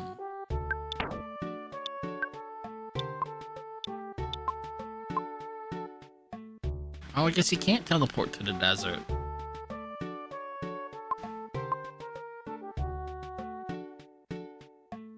Well, that kind of puts a damper on what I was gonna do. Now I gotta hoof it.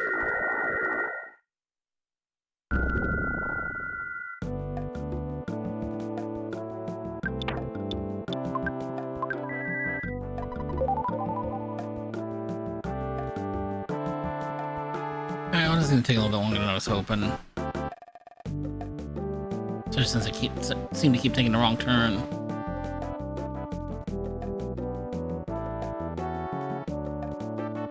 Bum, bum.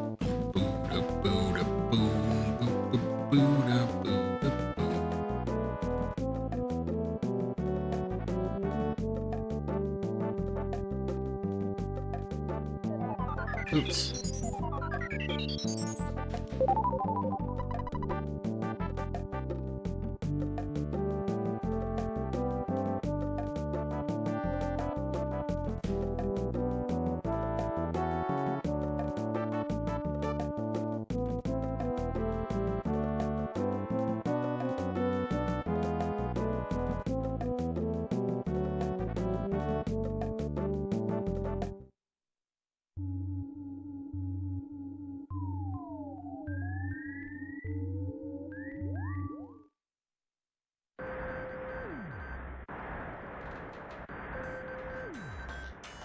Hey, Alec, how's it going?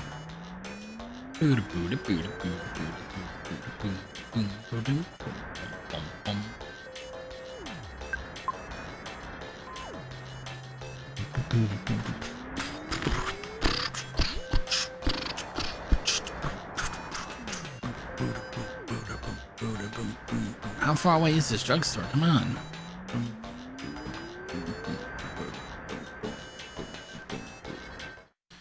Okay.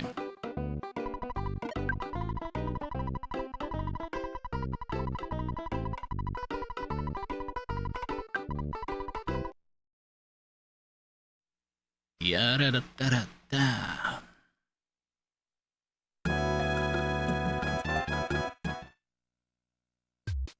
Let's get out of bounds.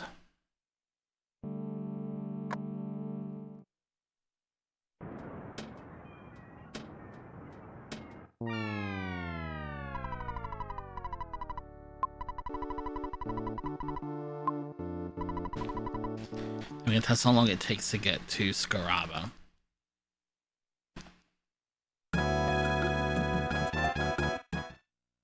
I guess get to Scaraba and save our game.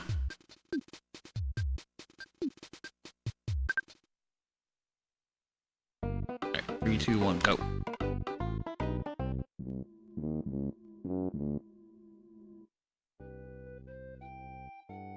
It's just a long trip. Straight, I think you can go straight south, even from here.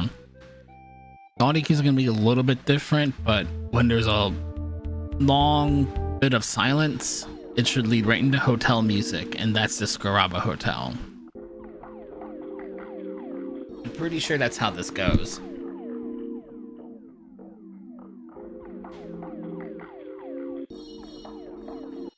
Oh, I forgot to hit the button earlier.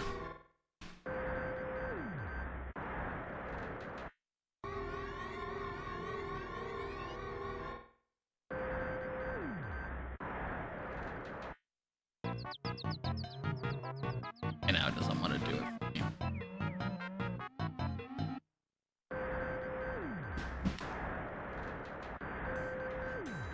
Did I erase the hotkey I'm trying to push here?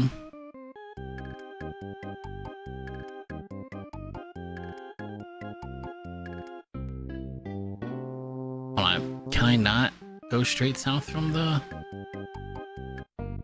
No, I'm not where I need to be.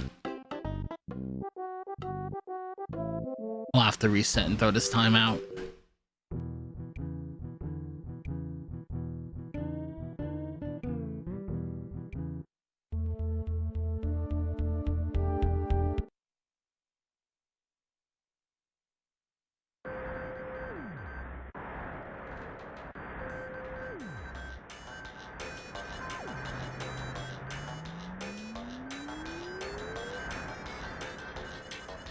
Alright. We'll reset the time. Alright. Why is this hotkey I'm trying to push not working?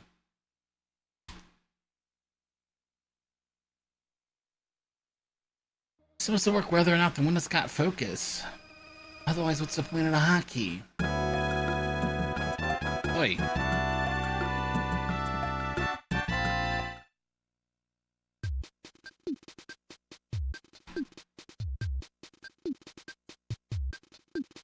Oh, now it does it. Of course.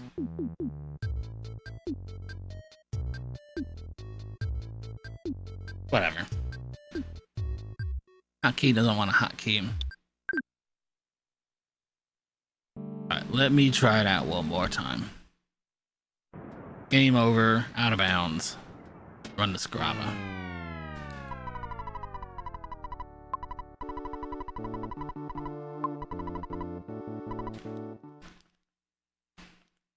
Also known as the Gillman, he was played by Ben Chapman. Underwater scenes done by Rico Browning.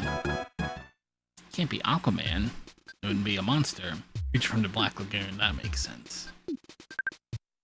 3, 2, 1, go!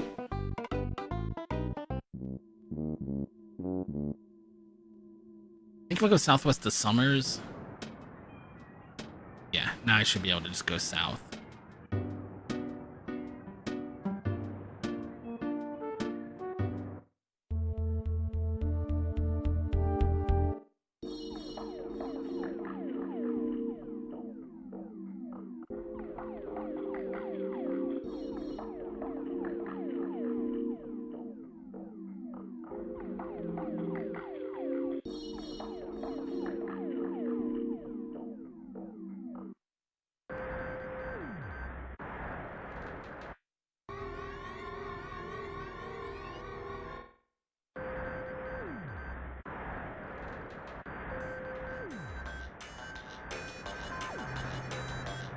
Oh, now we're getting close.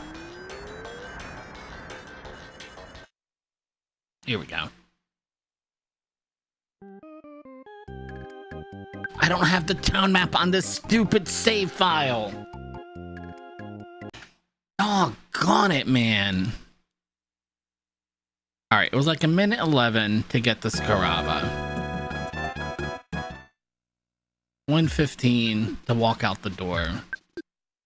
We're gonna wing it here.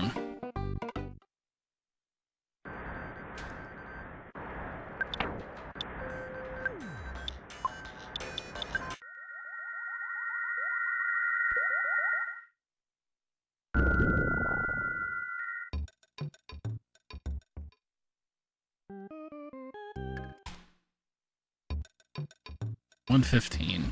Come over here. Do your shop.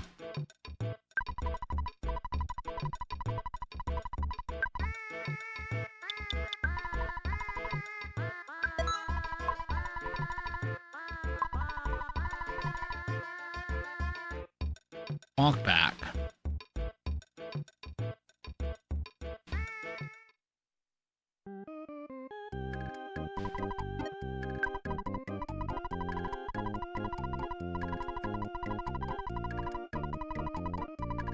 And save your game. Another 40 seconds, we'll say. Plus, you have to think it's an extra trip out of bounds.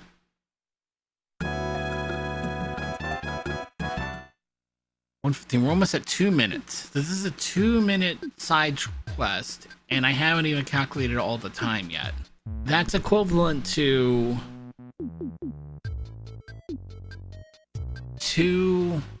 45, 90, 135 to almost 3 attempts at the boss. So and again, it's another trip out of bounds, so at the time how long it takes to actually get out of bounds. You'd have to do another summer skip.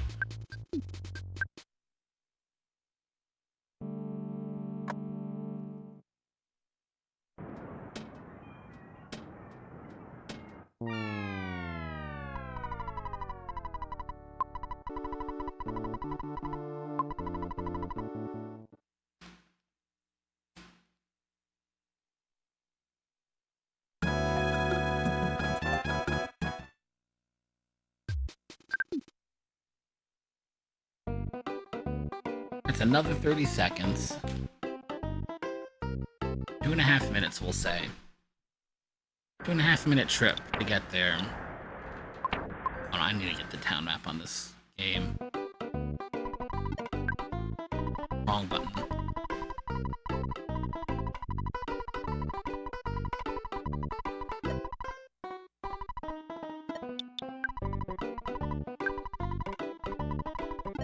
I hit the wrong button again!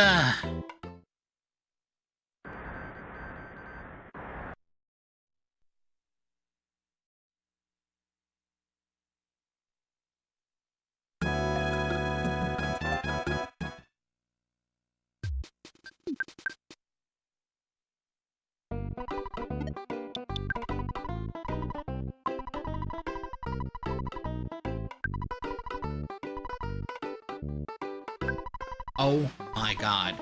It's like lagging. Just to spite me.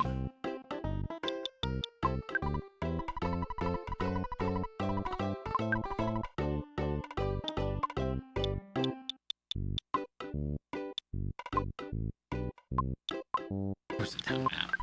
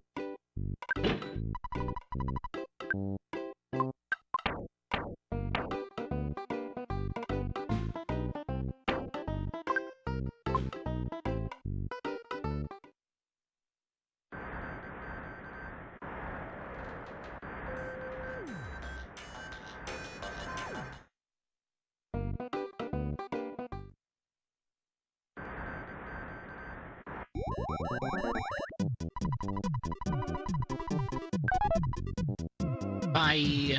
Thank you.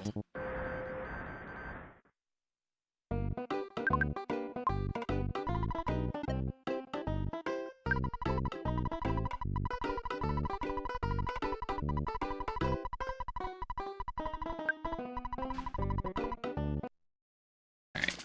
So we can pick up 2, maybe 3 skip sandwiches. Yeah.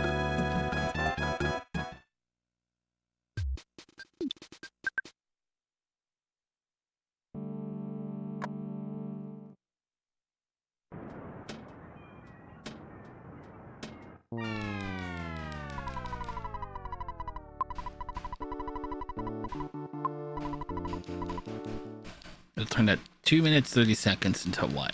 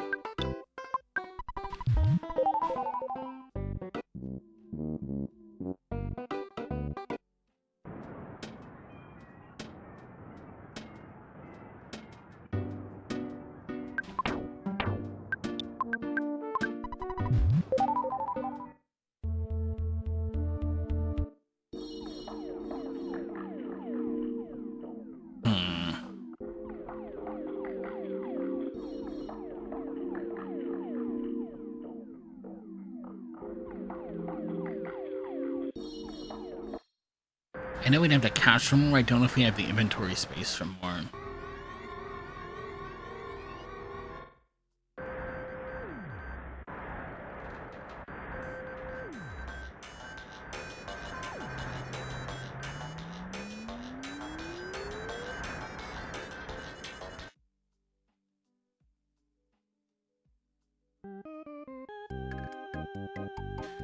But I used to. And it basically didn't save me any time.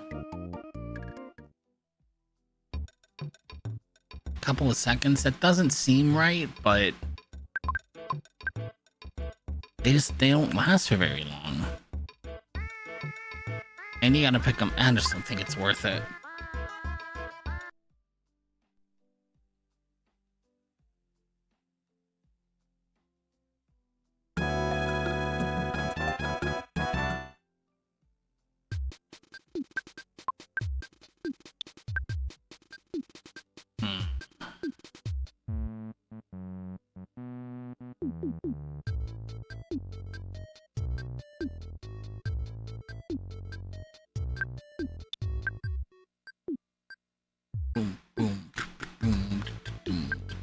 Stereo bananas.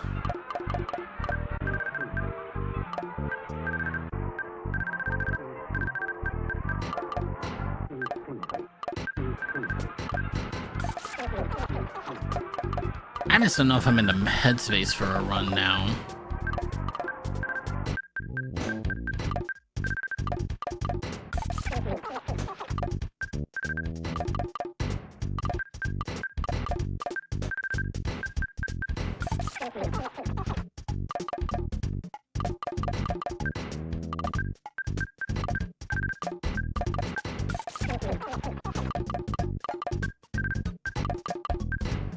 Got absolutely no focus now, you know what I mean?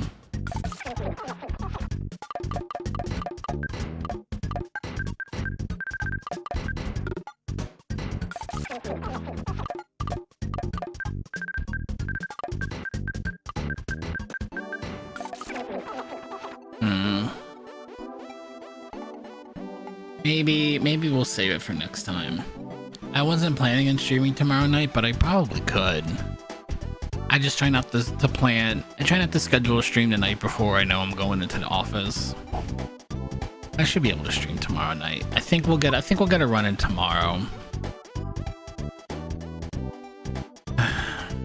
It's just so dang late. I don't know.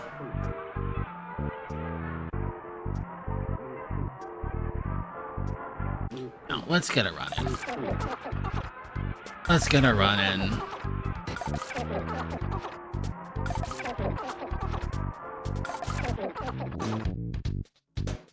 But let me go stretch my legs a little bit before we do.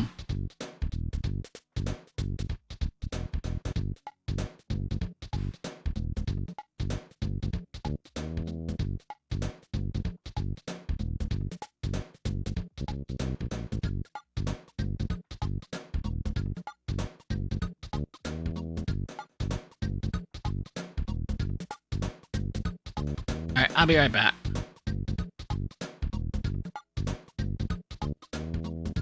Oof. Some fresh ice in my drink too.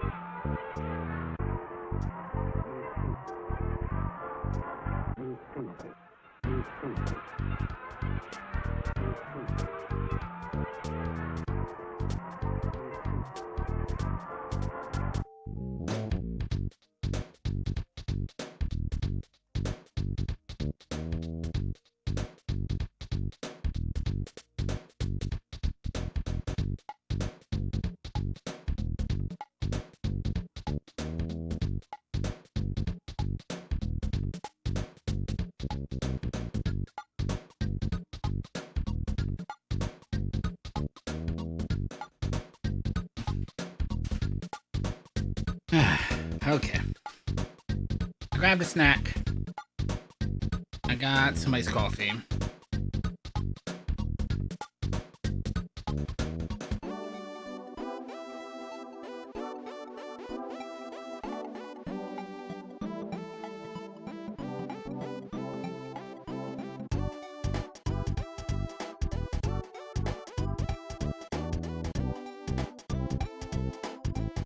Okie dokie, okie dokie.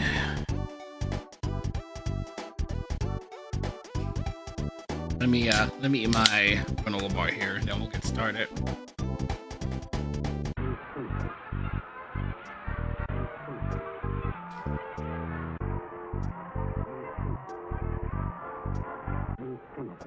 And pour my iced coffee over ice. Yeah.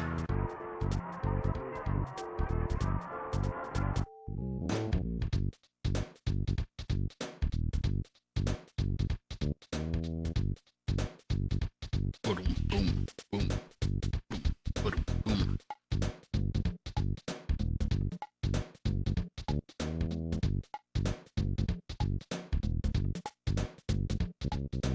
Headphones. Cereal bar.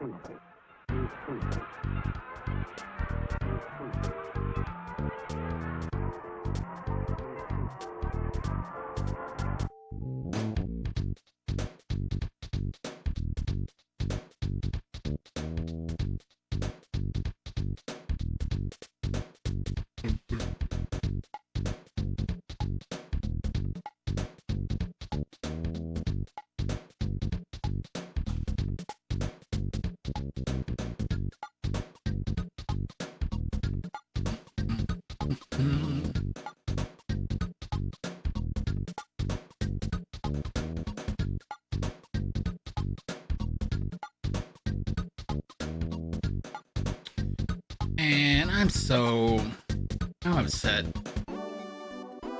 Aqua's leaving. I just saw a post about it. I was in the socials while I was 3, 2, 1, go. Finishing my cereal bar. I'm gonna miss Aqua.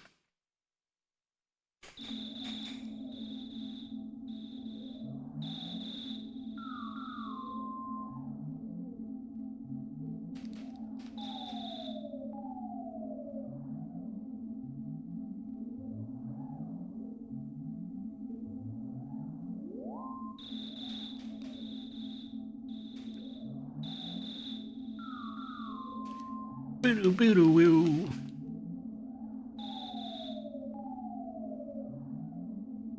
Excuse me. All right.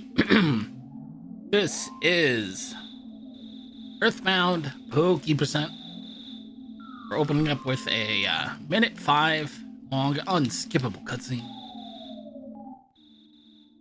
And then we'll immediately start with all the glitching and shenanigans.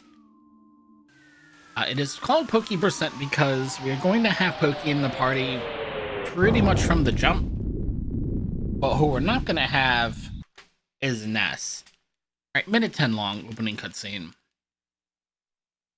And we are literally already halfway done with having Ness in the party for the entire run. Knock on wood, assuming I get this glitch on the first try.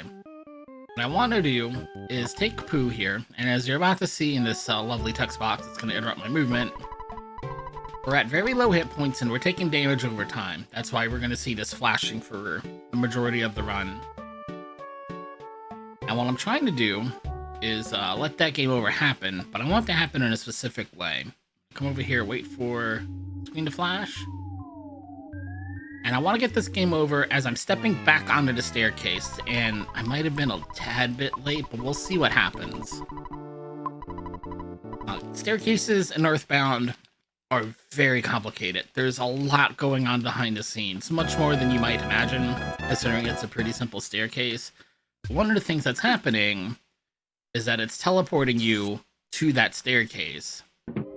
It also wants to lock you onto a rail, so you can only move up and down the stairs. And I think that's why it's teleporting you, is it's trying to get you into place to lock you into the rail. But if you get a game over as you're standing onto the step case, just as you're stepping onto it, the game retains in memory, okay, next frame, move the character onto the staircase. And usually that's just moving your character a couple of pixels, so you, visually speaking, you probably wouldn't even notice it. But if you get the game over and load in a different save file, like we did here, we loaded in our speedrun file, which should have had Ness back in his bedroom. But the game said, wait, we need to teleport Ness to that staircase. So it moves him all the way from his bedroom to that staircase, which lets us walk into the normally locked room, try to leave, and we skip all the way from literally the first step of the game, even before we take a step in the game, to the middle of progression in Threed. We would get not 1, but 2 party members on top of Ness at that point. Well, after we're done with the sequence, and a little bit of prologue for Jeff, if you will. Or Okayu in this case.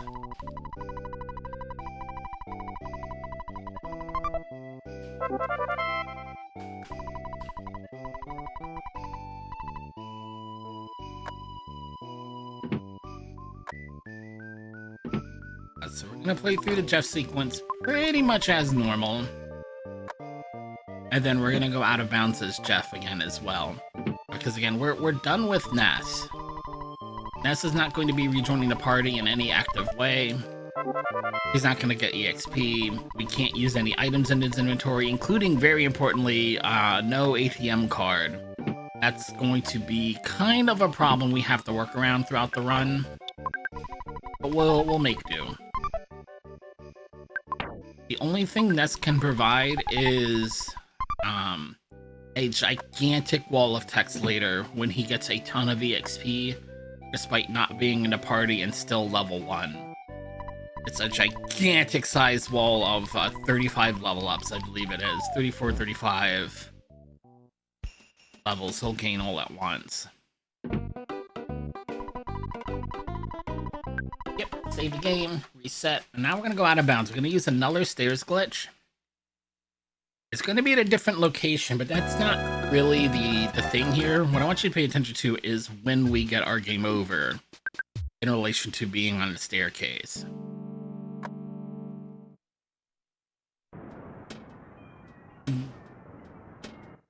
See how we got it? Not on the first step, not on the last step, but kind of in the middle of the staircase.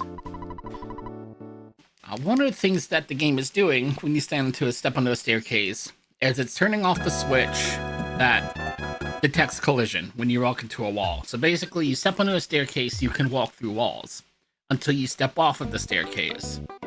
And we have not stepped off of the staircase, and we continue to have not stepped off of a staircase. Is my audio cue to turn. Which means, even though I've switched save files, again, the game hasn't re-enabled collision. So I can just walk through walls and walk all the way from the Winter's Drugstore to the Onett Drugstore. And yes, that was a pretty long trip into the Void. We'll talk about the Void on one of these trips out of bounds we're going to take. So don't fret if you didn't quite catch what was going on there on that first trip. We'll talk about it. Right now I need to grab this town map. This is going to let me go out of bounds in even more new, unusual, fun, in different ways. Come on, get out of them.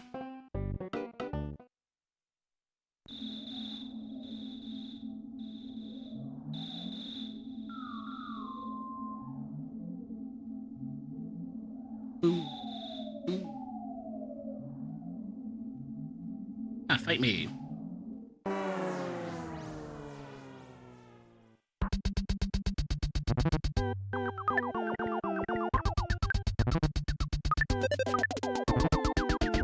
I'm trying to game over. Thank you.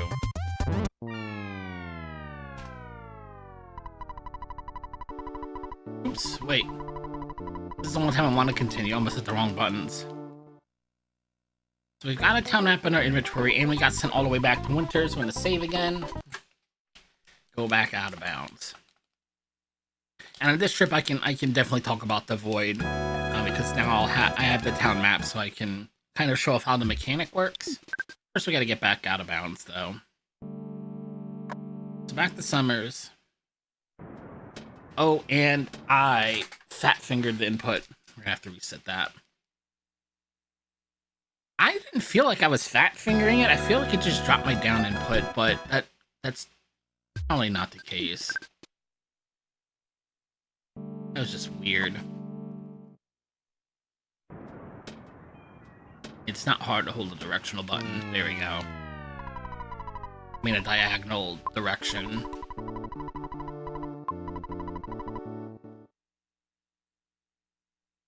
Boom, boom, boom, boom.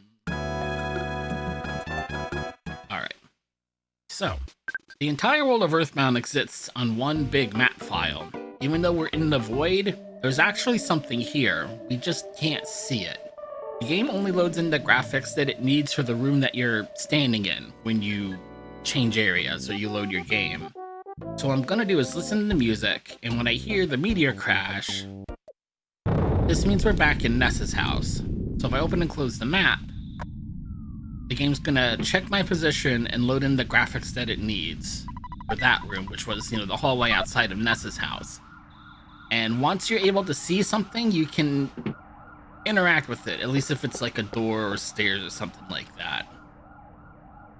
Oops. So now Jeff is going to take Ness's place in the opening prologue.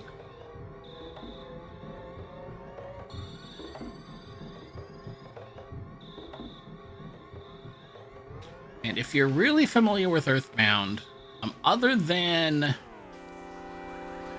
Jeff taking Ness's place, I wonder if you catch what's a little bit different about the intro sequence here so far. Really?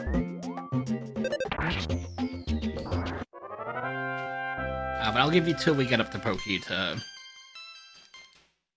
See if you can figure it out.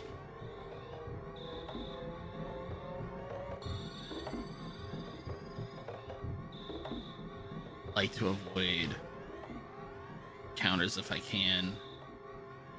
I don't know how friendly the game's going to be today. I bet I can't despawn the snake. Very good.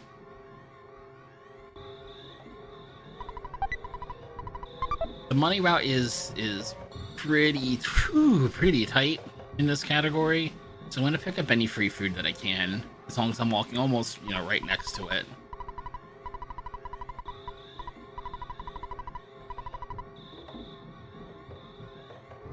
And did you pick up on what's different about the intro right now? What's different is that there are any random enemies spawning at all.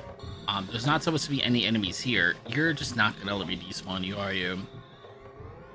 Normally when you start the game and Ness is trying to climb the hill, unbelievable with this dog. I should have just fought it at this point.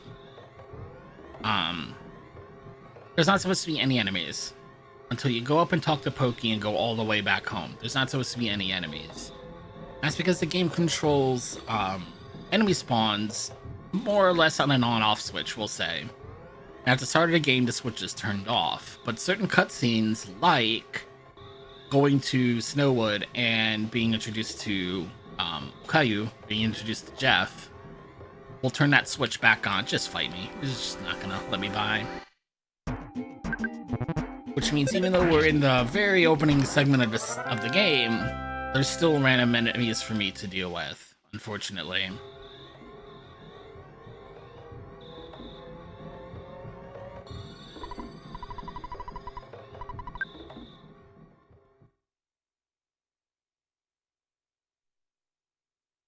Later that night, boom, boom, boom. Shave and head cut to bits. You can see there a very brief glimpse of the timeline as it is meant to be in this world. You see Ness for a couple of frames. And then Ness's mom, who is programmed in this scene to follow behind Ness, is trying to walk over to Ness's position, which is off camera right now. So she just walks off into the wall.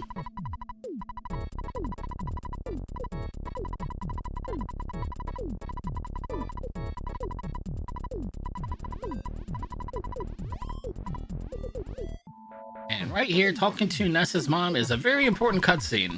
Even though Ness is not in the party, now that we have talked to his mom here, he has changed out of his pajamas, which means this is invalid as far as pajama percent is concerned. But that category is about more than just the cosmetics. It's not just about keeping the pajama Ness sprite active. It also means that we can't get this phone call that I'm about to get, which will let me save the game at any save point that's available. Because there are very, very limited save points available to you in pajama percent. And that's really what the challenge of that category is using your glitches that are at your disposal, but knowing you can only leverage them from certain locations. I get through this wall of text. I'm going to step outside because that will actually unlock the teleport to Onett. I don't know how to teleport to Onett yet. I don't know how to teleport yet either, but even if I did, I couldn't teleport to Onett until you walk outside. Now I can save the game.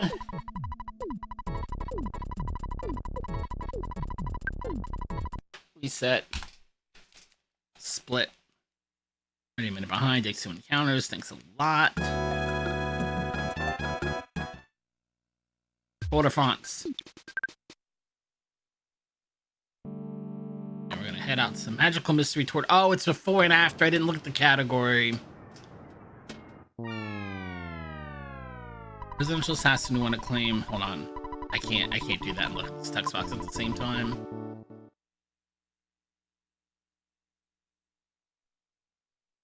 Ooh, I wouldn't have gotten it anyway. So now we are done with the prologue, such as it is. Head south. Dodge door. about here. Yep, see, I opened and closed the map. So I loaded in that beat up old shack over there. And right over, wow, that was actually the wrong shack, hang on. Here we go. Loads in this shack into memory as well, which is not on the town map. You can hear me maybe hitting the map button. But loading in the shack that's in Onet lets me also load in the graphics for the shack out here in the desert. So I can skip all the way to the desert. So we're really bit-bopping around the map as well as story progression. I'm gonna take a nap because I need some cash.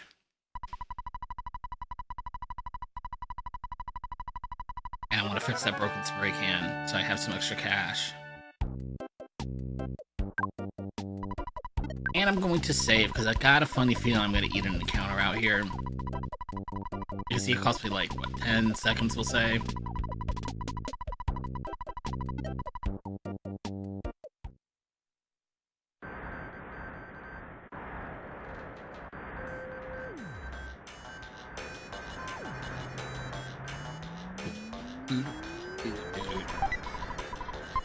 Some guts bill we're going to sell for monies.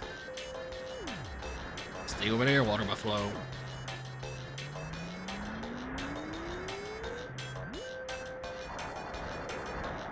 Wait. I don't think it's worth going to Scaraba. Because it's going to be at least a trip to Scaraba to pick up an item. He said it's going to be, what, it's like 2.5, maybe 3 resets of losing the boss fight. I don't know. I haven't made up my mind yet, to be honest.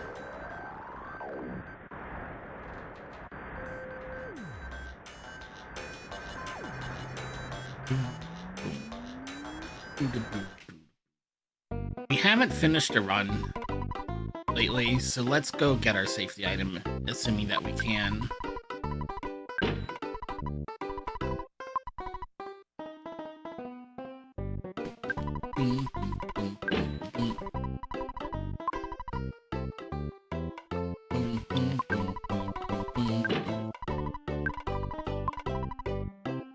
Let's sell the Holmes hat.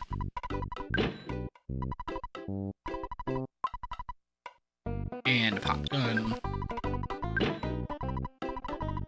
I need 3 calorie sticks. How much inventory space have I got left? Yeah, I only have enough for 2 skip sandwiches in us. We've determined that's not really worth it for just 2 of them. So I'll get my 3 calorie sticks. Oh, and I still don't have Sunstroke, but that doesn't really matter because we're gonna make the trip to Scaraba.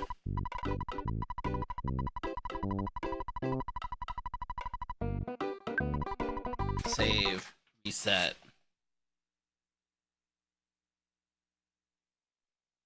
I guess we'll call that a split there.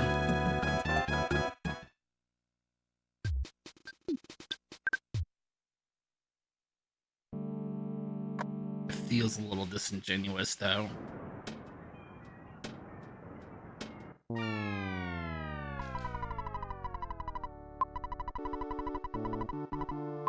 With that big of a time save, that split must be after I went and shot for the teddy bear on the old route, so I'm gonna undo the split.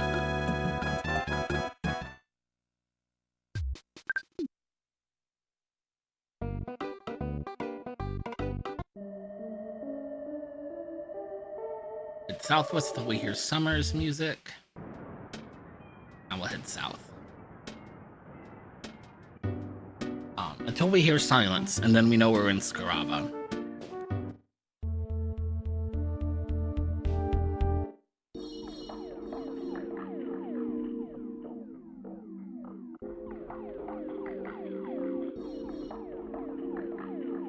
It's a pretty long trip.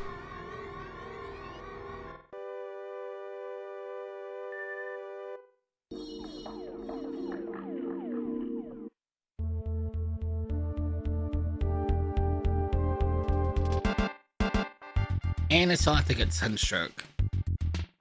Can't forget to do that.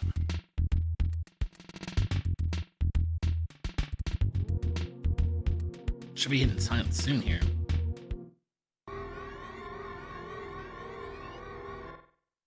Okay, maybe not.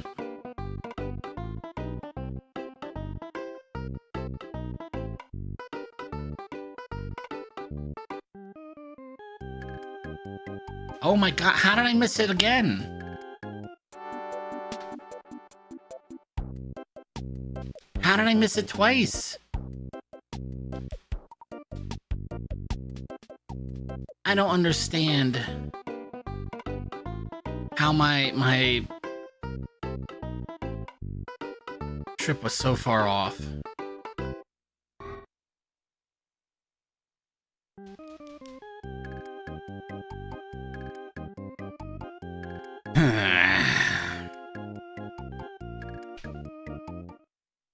I don't get it.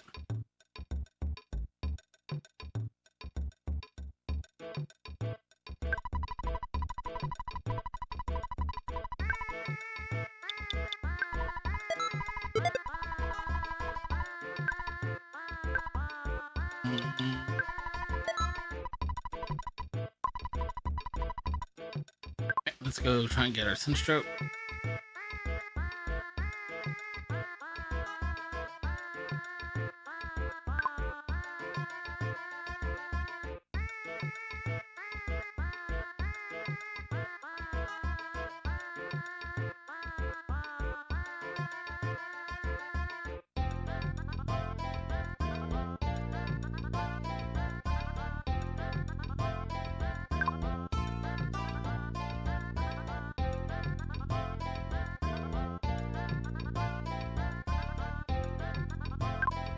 Are we being serious with this? This is some miserable RNG for Sunstroke.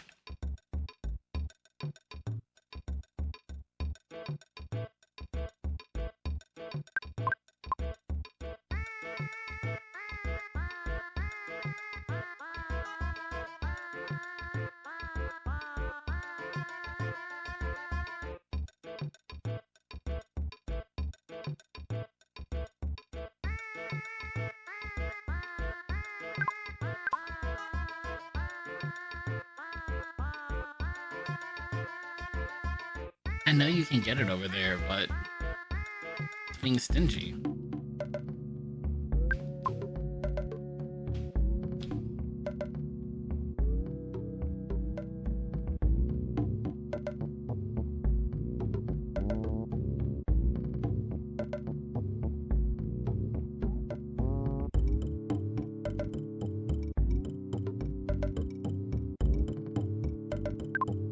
Oh my god.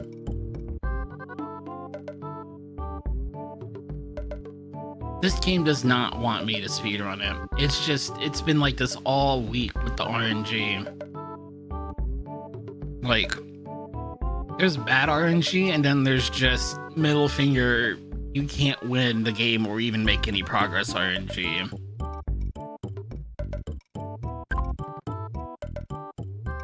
Like, what is this? If I got this in a regular playthrough, I wouldn't even know the Sunstroke status effect existed. Thank you. Now I gotta wait for low hit points too.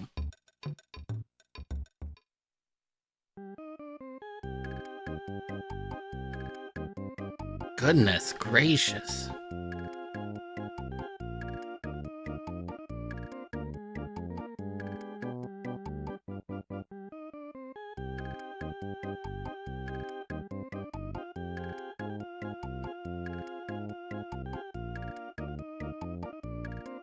Waiting for hit points, just gotta wait.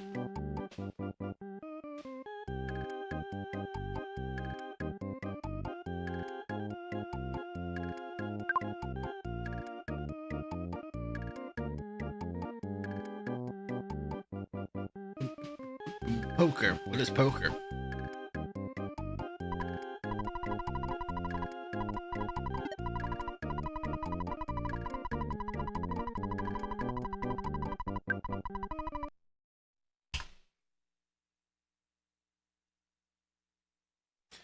So I think time-wise, that shopping trip is about as long as the other one, but it's a much better shopping trip than the old route would take.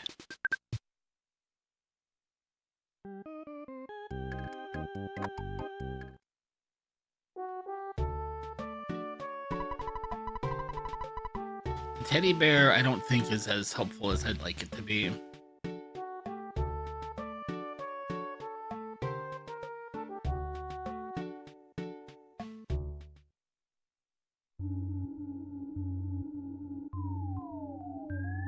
Might be going too fast. Now we're good.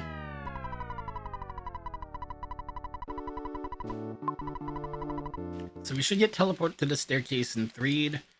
And then, since I have Sunstroke on my speedrun file, we have to actually do one extra part to this glitch. So I can get out of bounds from the staircase.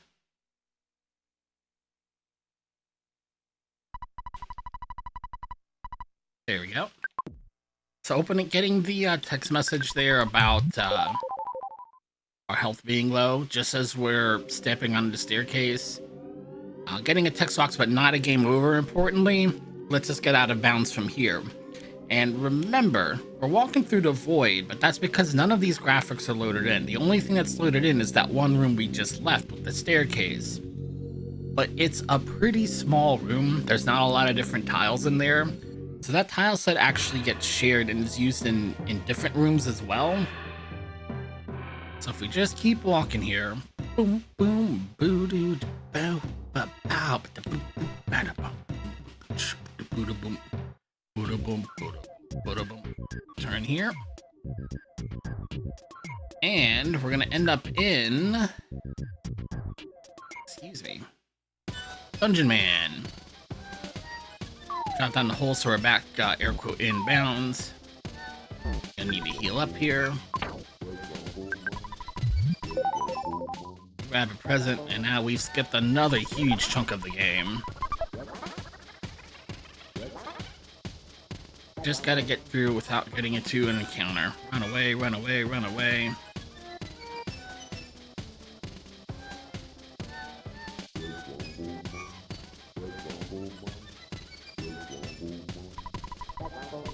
Okay.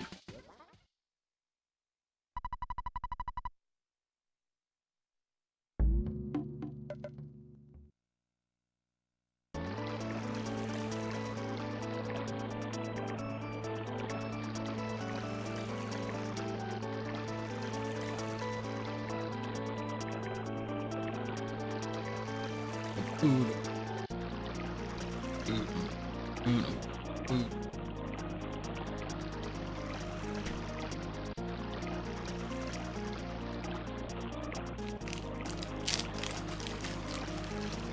got a little bit of shopping to do, and then we can start making our way over to our first real boss fight of the run.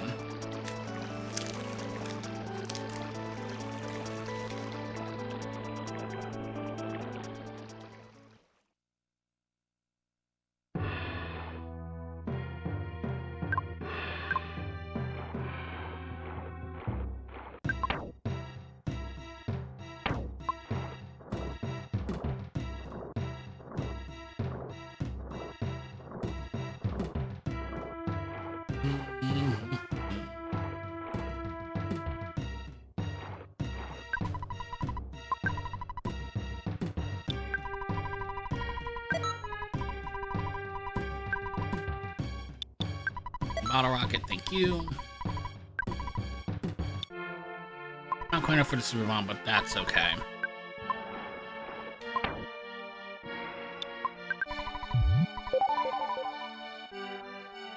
Oh no, where's the mole? Mole didn't spawn. I goofed up and didn't level up. Okay. Well, we might end up having to throw this run out too. I forgot to level up before I left the desert.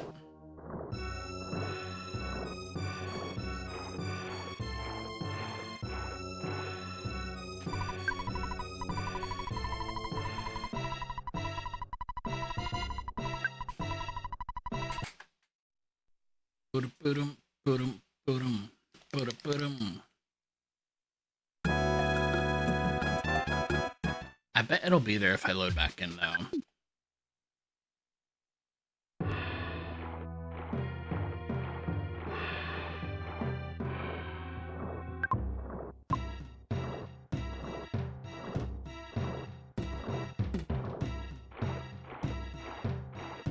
Nope. Well, that stinks for me.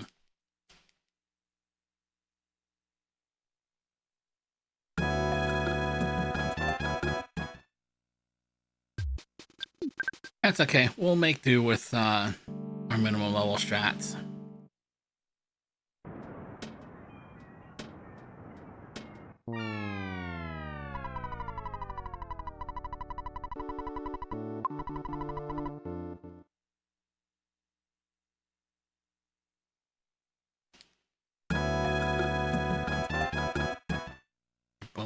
Boom. Use this out-of-bound trip just to skip through deep darkness, not going anywhere like sequence breaking, if you will.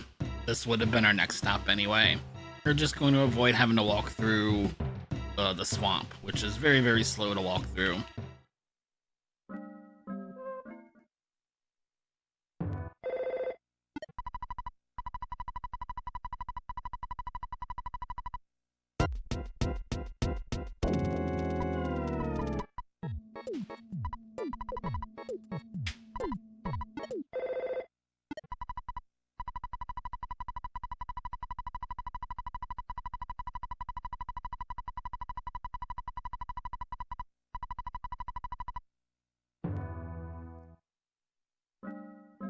Boom, boom.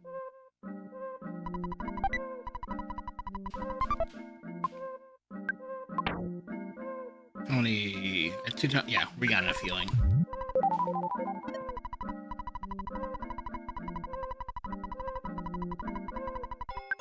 We're just gonna take a safety save because we're about to get to our first boss fighter to run.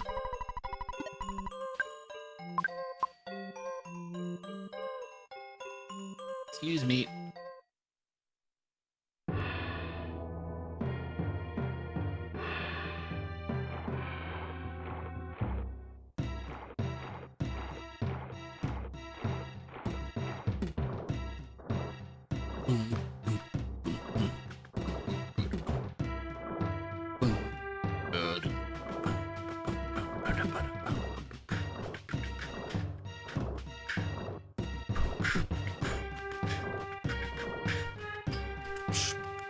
What am I stuck on? What am I stuck on? What am I stuck on? Where am I even? Why can't I move? For real? That's definitely... I'm definitely not going the right way if I'm going that far. Where am I? Thank you. Oh, no. Thank you. Jeez.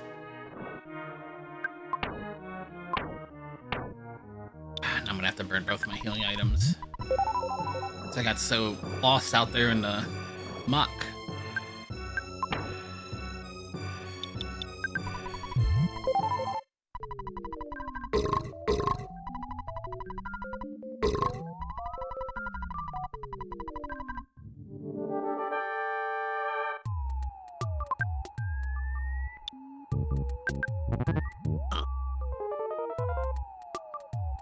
Come on, damage roll. Nice.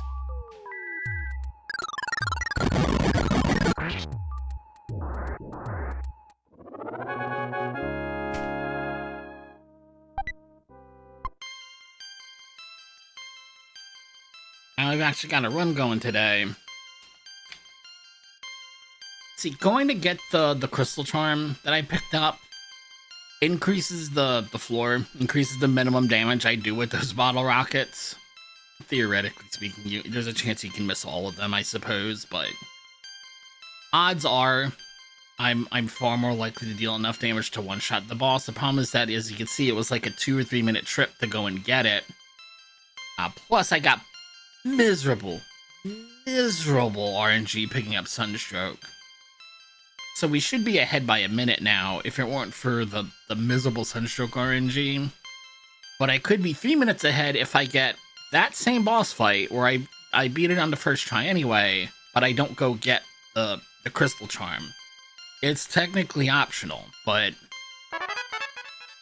it increases the odds you get through the boss fight. Versus, say, maybe failing that boss fight 2 or 3 times, having to reset and run all the way back out there.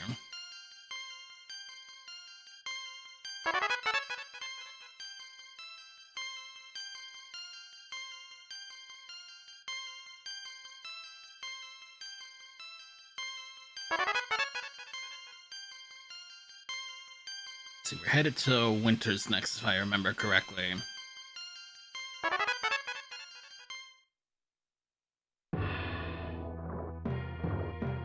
Let's get in a spot where we can have enough room to teleport.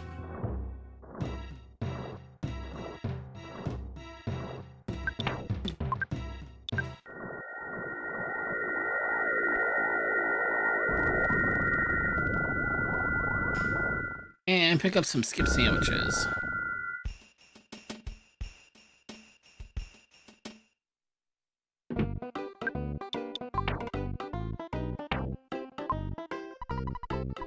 That is not the shot.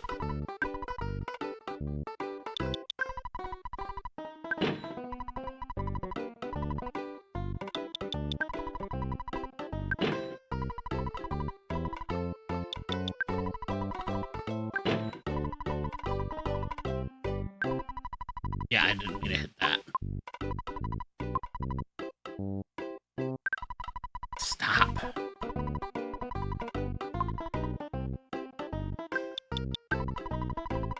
Thank you.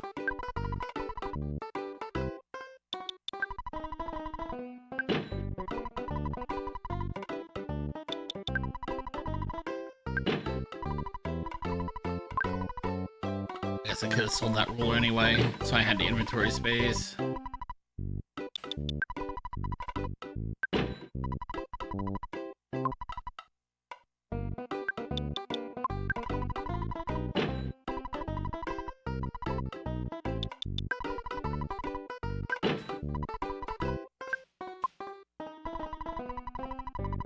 Yep, save, reset. I have, by far, the longest trip out of bounds. Coming up soon. Actually, I'm about to jump ahead of myself and really get lost and lose a bunch of time. My next trip out of bounds, after this one, will be the longest one in the game. But I'm still only going to use one skip sandwich for it. That was a total mess. I don't know what's going to happen when I loaded my save file here. Because I have to bleed off a ton of hit points. I had to get back down to critical health, and Jeff just gained a ton of levels, so he has a bunch of health I need to, I need to bleed out.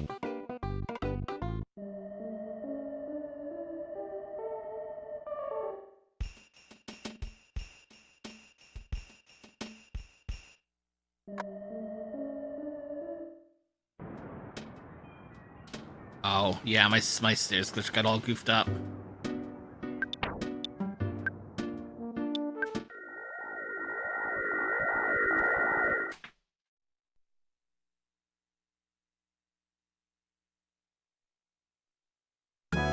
Sometimes, if you hit your stairs glitch in a certain way, like I just did, accidentally, and you fulfill some other condition, which I think is moving north of where the staircase starts on the world map, you get teleported to the staircase anyway. It's something like that, but I didn't hit the stairs glitch right, so that was my issue. Gonna lose some time, do stupid stuff.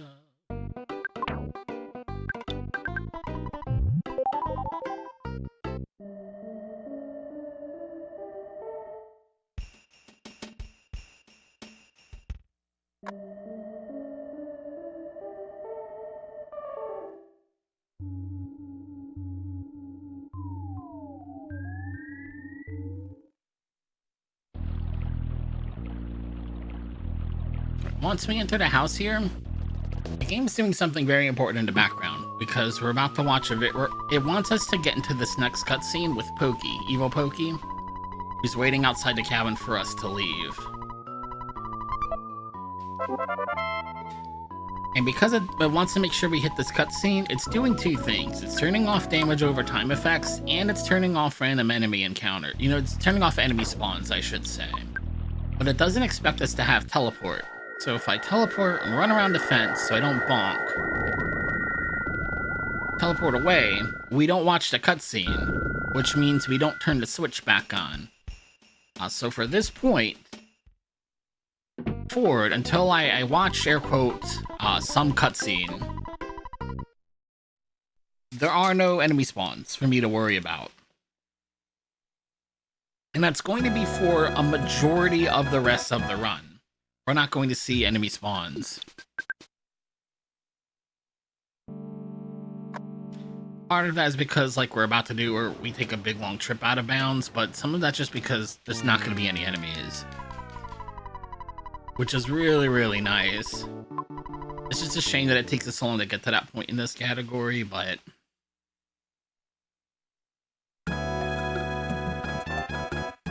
there's so many ways to turn spawns back on that you have to route appropriately so you don't turn them on accidentally.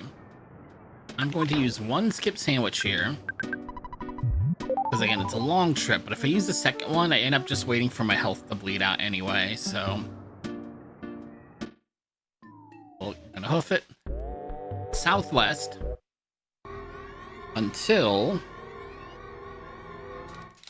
the map button works, basically, at this point. Now that we're past summers, I can just start mashing the map button. The next time the map button works, I know I'm in the right spot. Head west. Open the map in here. Load in that purple room that was there on the left you barely saw.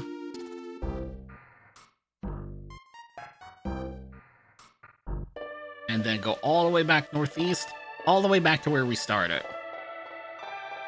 In fact, if I take the trip just right, you'll actually hear the drugstore music load back in from the Winter's Drugstore. And that's because the Winter's Drugstore is right next to the headquarters, if you will, in Happy Happy Village, where you go to fight Car Painter.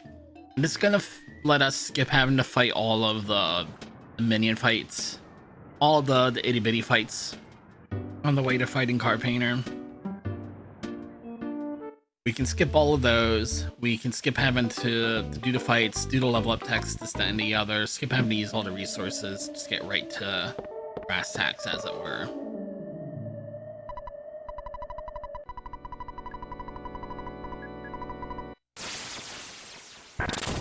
Got an extra big bottle rocket here I'm not meant to have, so let's do that and try and save some time here. Huh? There it is.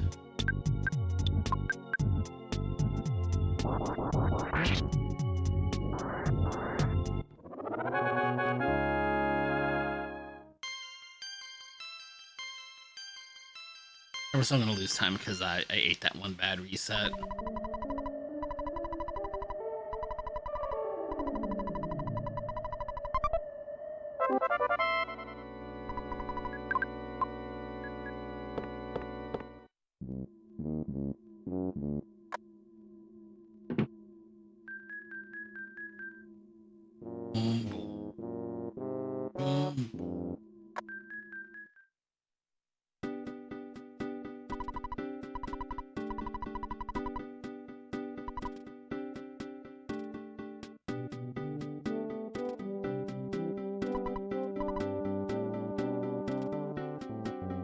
Right now we can go get Paula.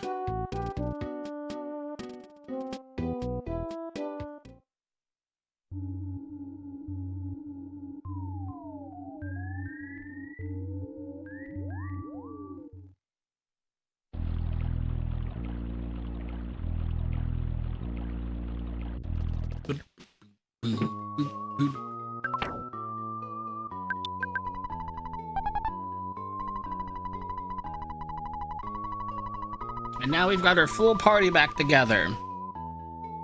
Pokey, Paula, Jeff, and Pooh. Just as the Apple of Enlightenment foretold.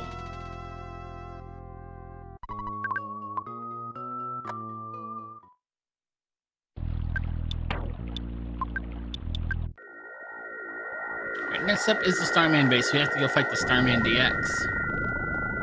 So I gotta do some shopping here.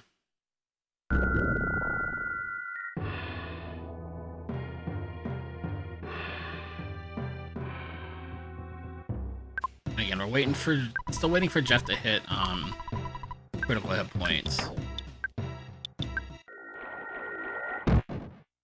Almost made it through.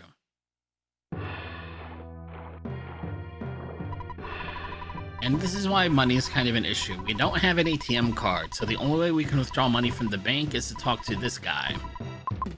The problem is, because he provides such an invaluable service in the middle of nowhere, there's a huge transaction fee of 100%. If you withdraw $20, you get your $20, but you have to pay the guy $20 So we had access to exactly half of the money that we earned from combat in this run, unfortunately.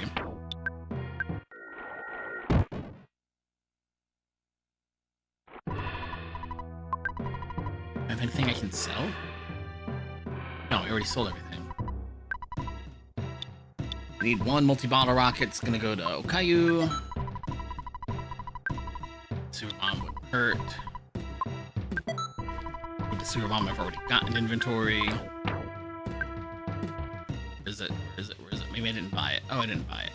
I didn't buy it? Really? Okay, I didn't buy it. We got one extra super bomb. That'll be enough. And I can just come over here and save. Yeah, I don't have to go back to Winners. I already got my skip sandwiches.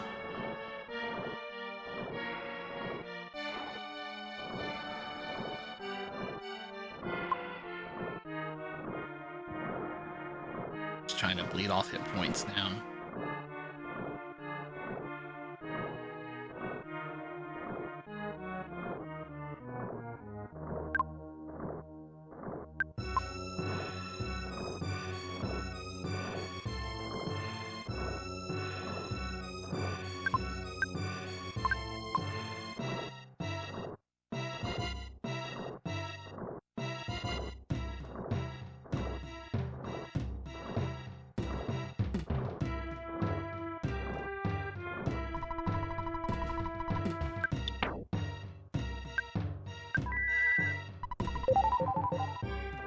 Come on, Okayu. Stop being so healthy. Be less healthy.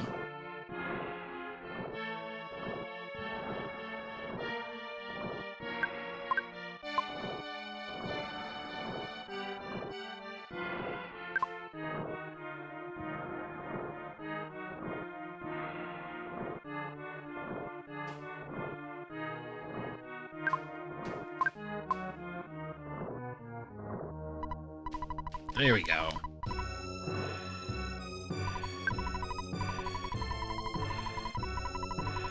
Alright, let's save our game. Knock on wood. This is the last time we have to take this long, difficult stairs glitch in 3'd. Assuming I hit the glitch this time, it's the last time we're going to see this 3'd save file.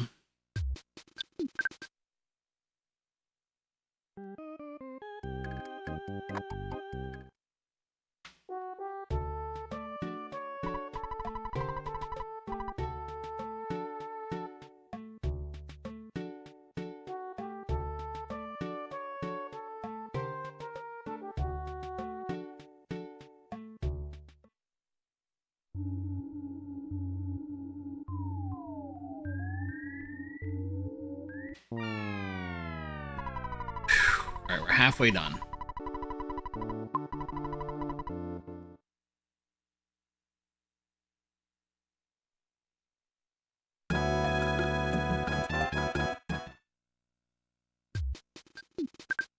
Don't mess it up. Don't mess it up. I think we're good. We are. We're good.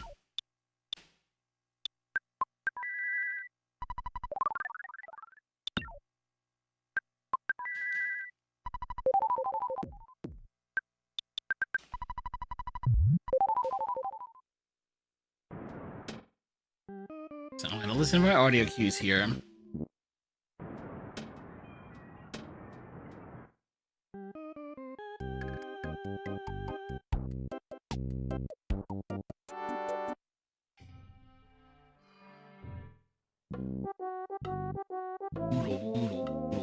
Alright, we should be lined up exactly where I want to go. We should end up right at the back end of the Starman base.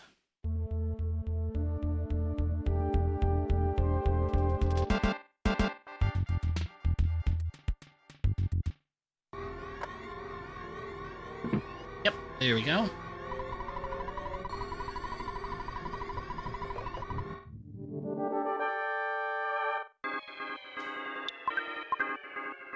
Bottle rocket out. Stop. Multi-bottle rocket out. out. Nice.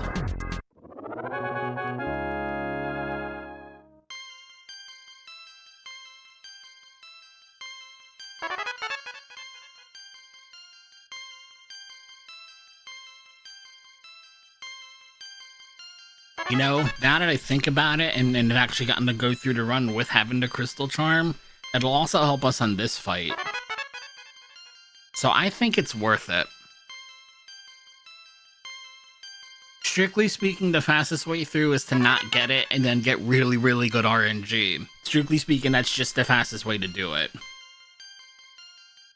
But if you'd like to do your 1 in 5, 1 in 6 RNG chance a half hour into the run, and then again 50 minutes into the run, and hope you hit both of those, you're welcome to it. It's not, definitely not, if I'd like to get this on stage at GDQ, if I ever get to do this run on stage at GDQ, I'm not doing the bleeding edge strat of absolutely no items.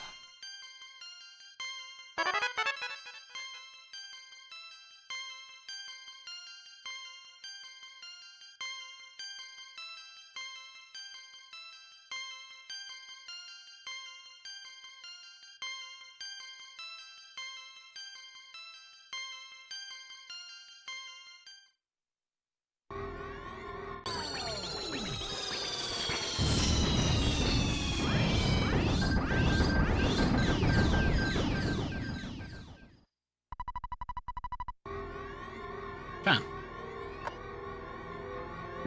So talking to Mr. Saturn.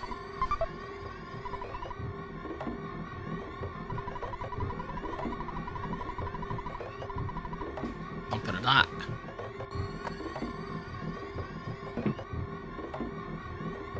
Gonna pick up a present on the way out. Because we're gonna need the cash later.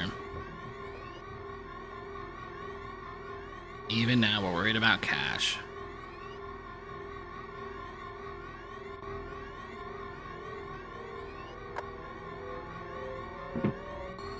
And get an exit mouse. The exit mouse, in theory, takes you to the entrance of the cave or the, you know, underground base that you're in. But that's not technically what it does. What it actually does is take you to the last entrance you've walked through. And since we got here out of bounds, the last exit we walked through is all the way back here in Happy Happy Village.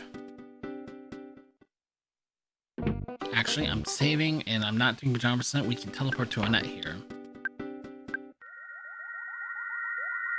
I can't believe I hit that. Let's go. All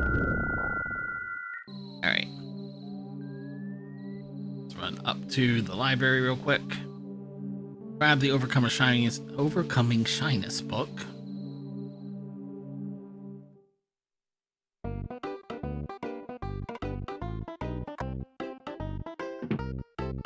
I think it's the first door. Yep.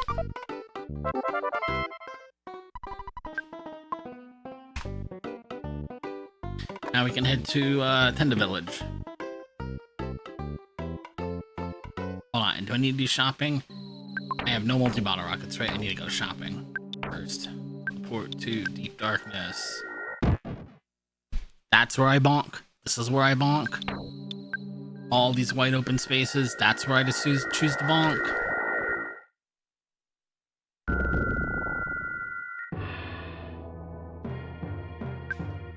I don't think I have enough cash. Unless I hit the bank, right?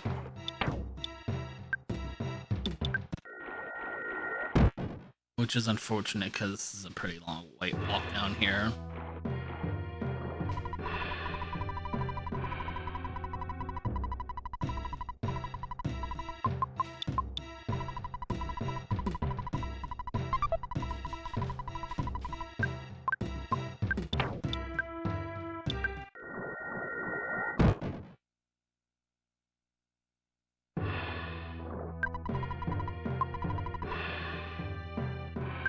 Oh, Saturn Ribbon, I would have had enough, yeah. That's okay.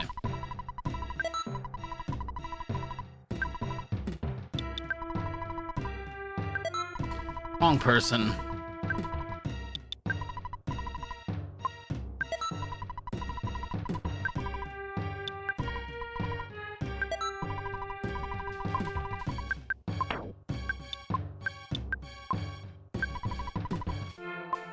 Okay. Now we can go to Tenda Village.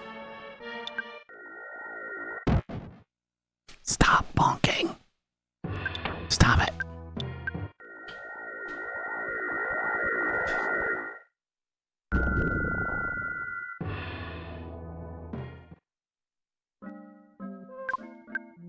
Yeah, we're good.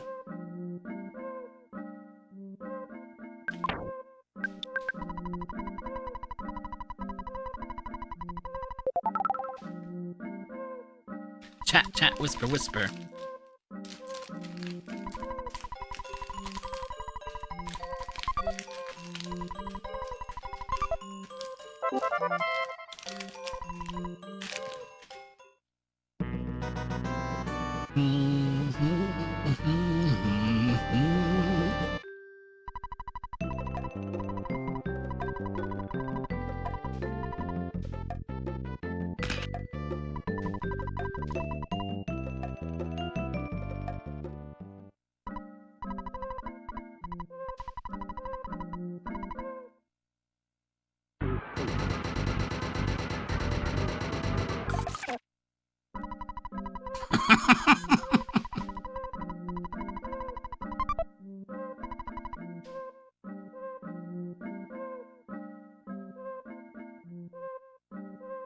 Okay, I have a new route through here now to pick up some extra items.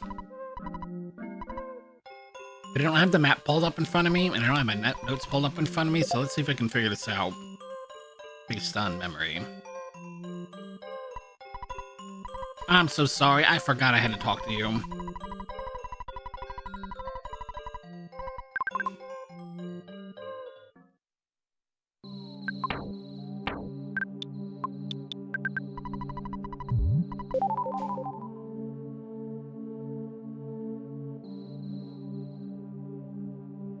First section's as normal. Just get to this first ladder.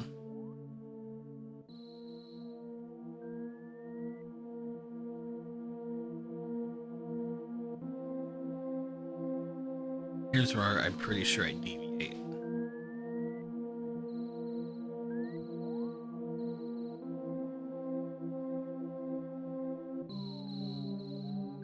Yep, this looks right so far.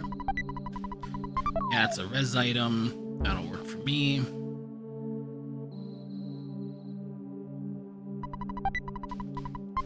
little bit of extra cash or a healing item.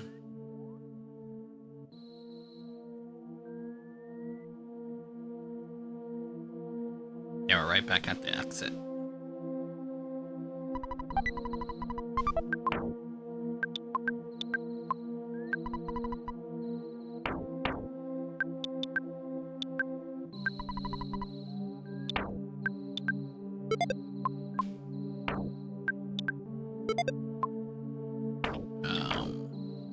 Who's got the Franklin badge?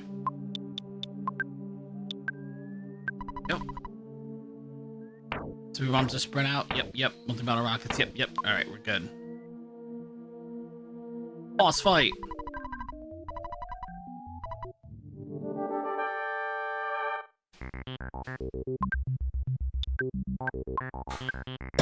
Excuse me.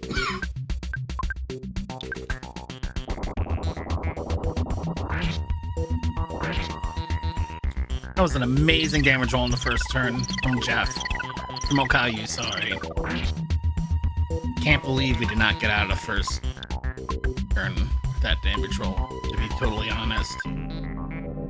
I can't believe we're still here.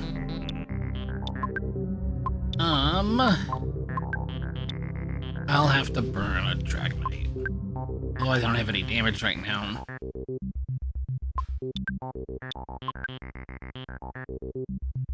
we go.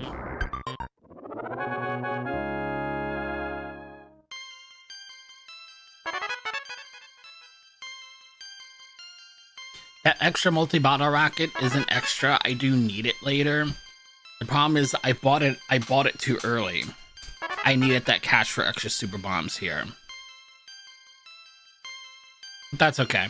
That's okay. It was just a bad shopping trip. And even if I did it right, that still could have been a 2-turn fight. I'm just gonna be short the Dragonite later in the run, but we'll be all right.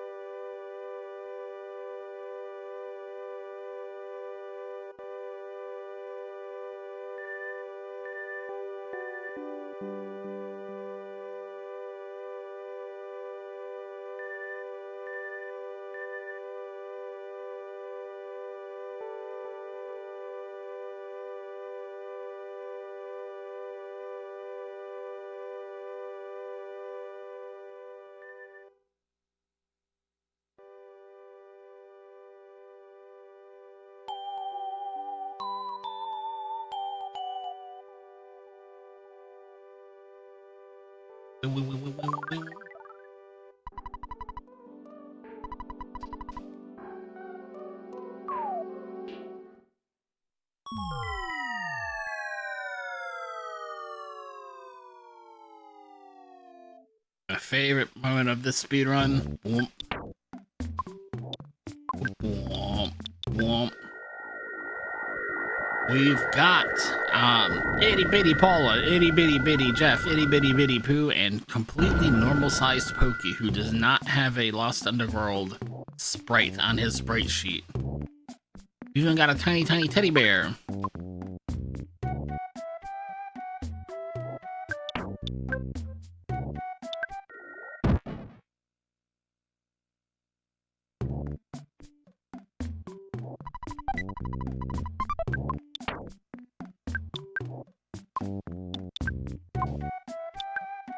Oh, it does go on the... Okay.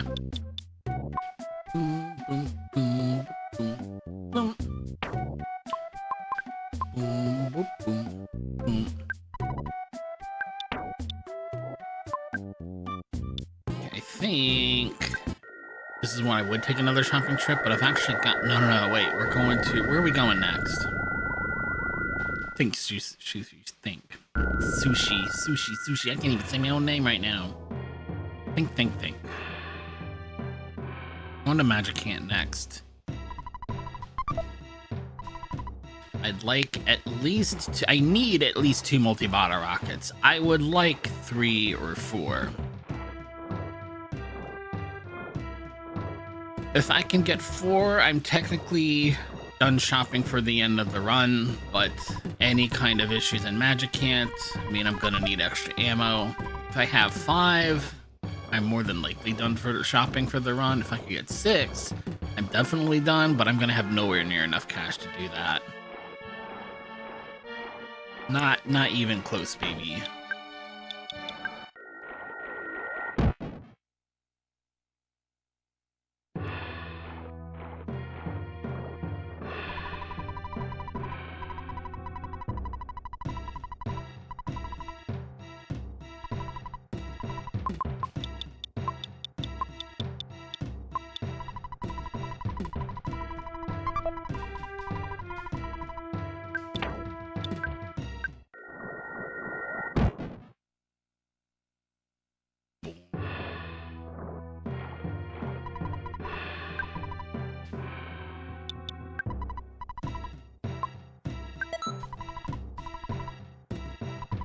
Anything else to sell? crystal charm. I can sell the crystal charm now.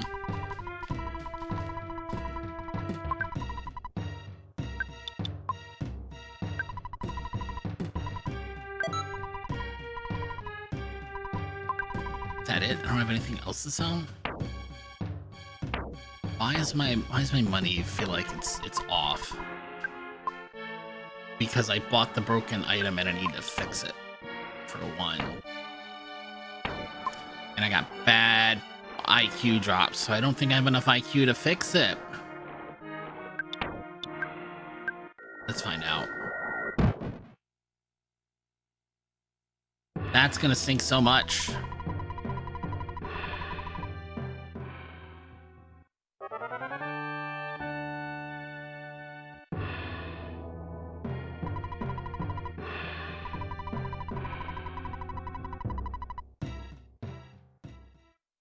Nope, don't got enough IQ to fix it.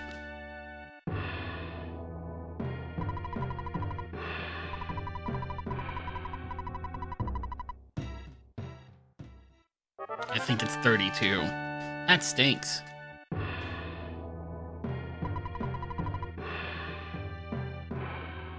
Okay, well, in that case, let's just move on with our day.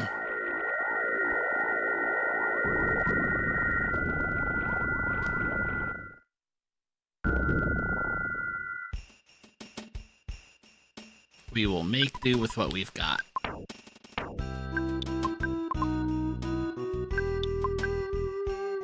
Those are my skip sandwiches. Thank you.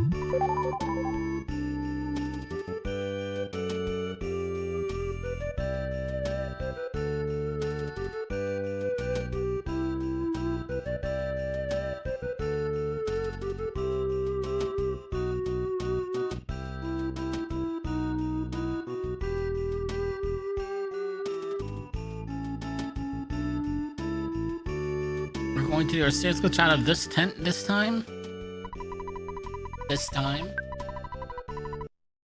And again, it's another very small room with very few graphics in it, so you're right. This tile sheet that's loaded into memory there has more than just the tent on it. It's going to also have some of Magic Ant in it. And if you're not familiar with the game, you don't know what Magic Ant is, even in a vanilla playthrough, it's a very, very dangerous part of the game. Without getting into any real story spoilers, you are meant to be, have a party of one through there, we'll say. And it is swarming with enemies, and if you're not ready for it, you can legitimately get yourself pretty good and stuck there, trying to figure out how to advance and how not to get your teeth kicked in.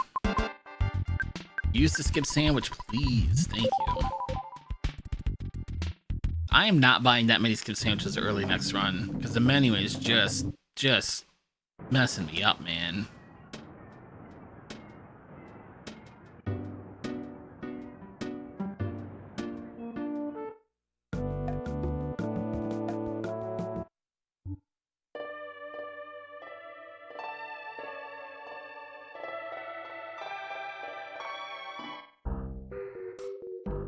Hello?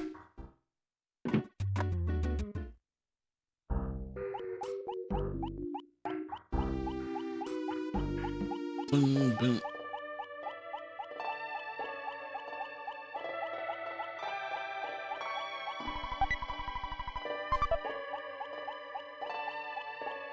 I'm out of skips for now. Skip sandwiches for now.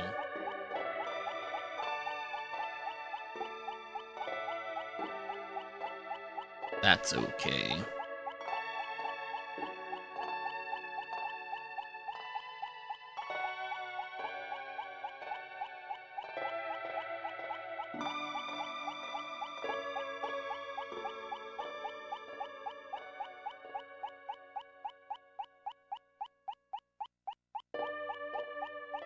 Oh, yeah, and then I'm over here just trying to like think ahead of the run, but I don't think I finished my thought. Since random enemy spawns are turned off, that entire pink area, you can see I just spaced out there. It's supposed to be crawling with enemies, but nothing spawns there because of the glitch we did earlier in the run after we got the Franklin badge that turned off enemy spawns. These are not random spawns. These Krakens are always here, so they're immune to that particular glitch, if you will. So they're always going to be here. But Pink Magicant, if you will, is a lot safer this way. Also, we have, in this case, 3, but we could have all of our party members here, which the game is not expecting. So the difficulty balance is thrown way off there just by having everybody here. It's a lot safer to get through Magicant this way. Even just having one of those things in my tool belt would be huge. Having both makes this a breeze to get through. Now I'm trying very desperately to avoid getting into another fight with a Kraken because I don't have any extra multi-bottle rockets. But that's just how it's going to be today.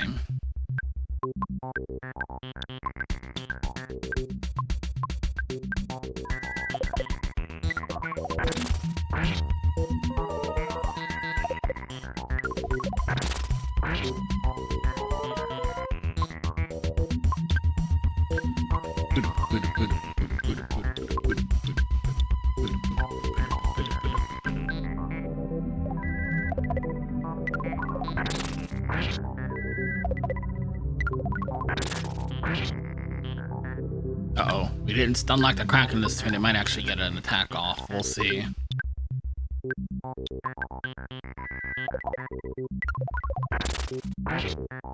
Nope, we froze it again. We're getting some good luck on stun locking it. There we go.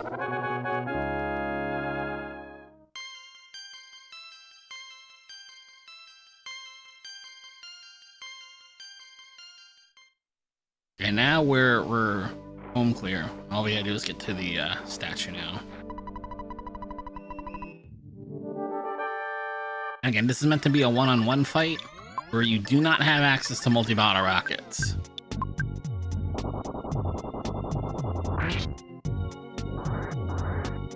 And done.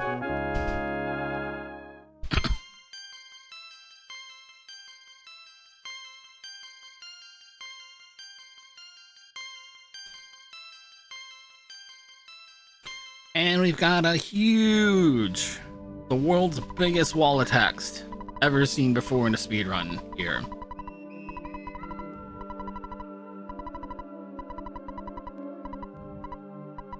There's a lot of very important story details being mashed through right now.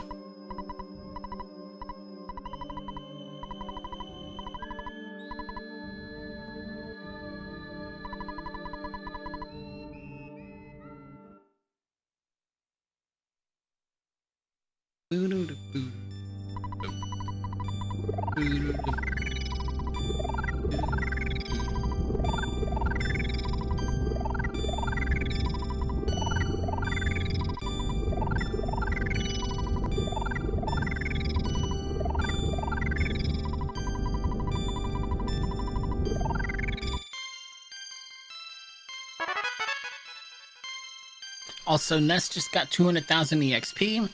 He's level 1, 2, 3, 4, 5. He's gonna get to level 35 here. This is most of the wall of text. Is 35 levels of text.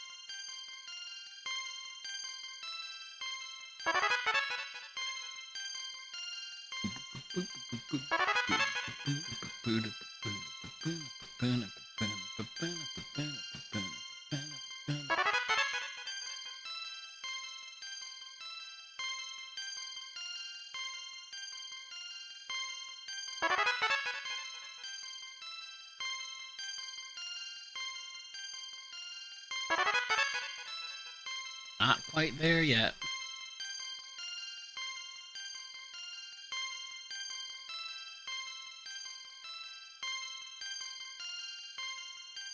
I have commissioned some new Twitch emotes that I'm waiting to come in. And honestly, a couple of months ago, I commissioned some artwork that I could use to make thumbnails for YouTube, and I haven't heard back from that person in a while now. I need to go and check in on that.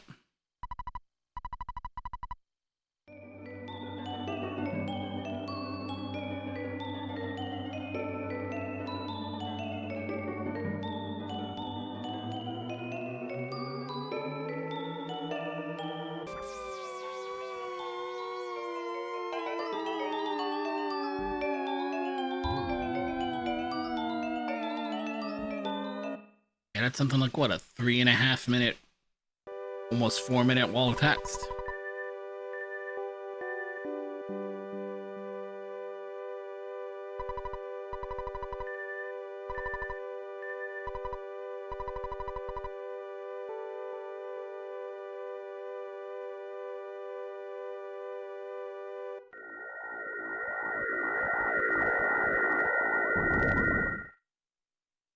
Okay, so we've just teleported to Saturn Valley, but the thing is, I don't know how to teleport to Saturn Valley. The teleport to Saturn Valley happened because the cutscene teleported us to Saturn Valley. So if I want to teleport to Saturn Valley in the future, you gotta walk out that cave route and then walk back through that cave door. And now I can teleport to Saturn Valley.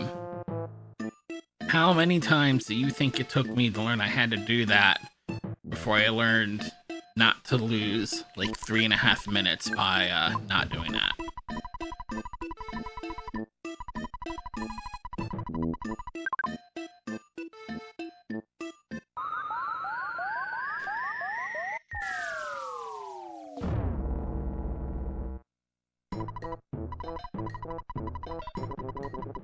Yes, a meteorite just fell to Earth. I have to go and get it.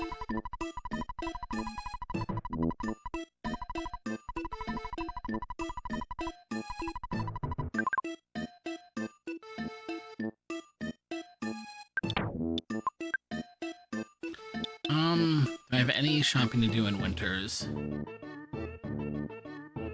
I guess I could pick up some skip sandwiches.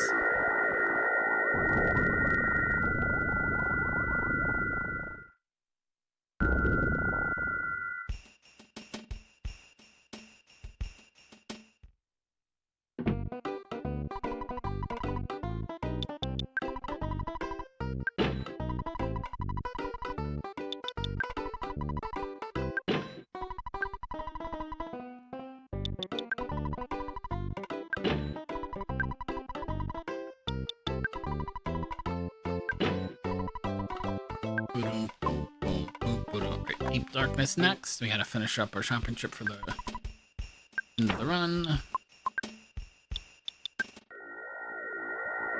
Also, by watching the cutscene at the end of Magic Hand and leaving, we have re-enabled enemy spawns. So I actually have to be careful going to the ATM here. I mean, at this point, I have some levels under my belt, but I don't want to mess with it. I don't want to mess with anything here still.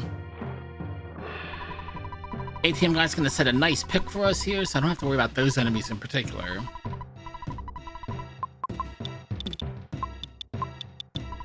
Got a nice even number. Easy for me to do the math in my head. 65 in cash. And we should be able to just teleport out of the swamp, back up. Hello.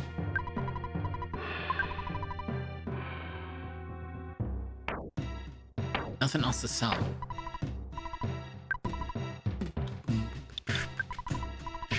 I need at least 2 of these.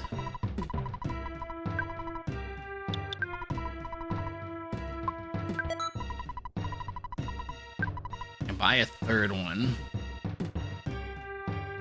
I think I'd rather have super bombs.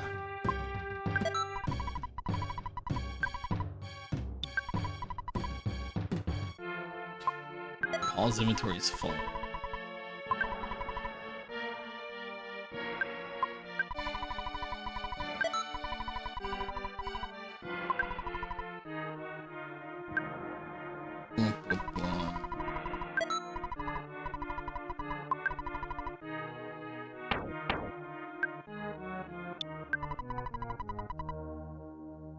I'll hold on to that for that price for sure.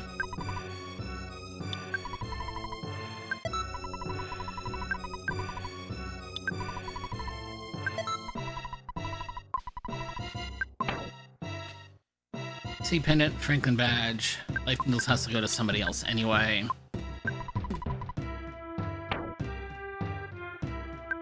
And the crowd can go to somebody else.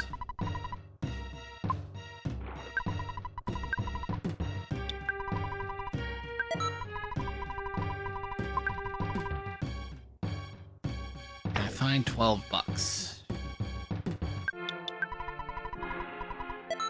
Never did get a chance to fix that broken cannon, so I know I'm not gonna have be able to do it next time.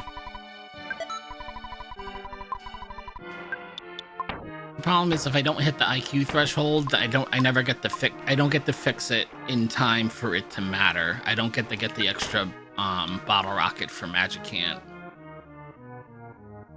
I think we can go to Tenda Village now.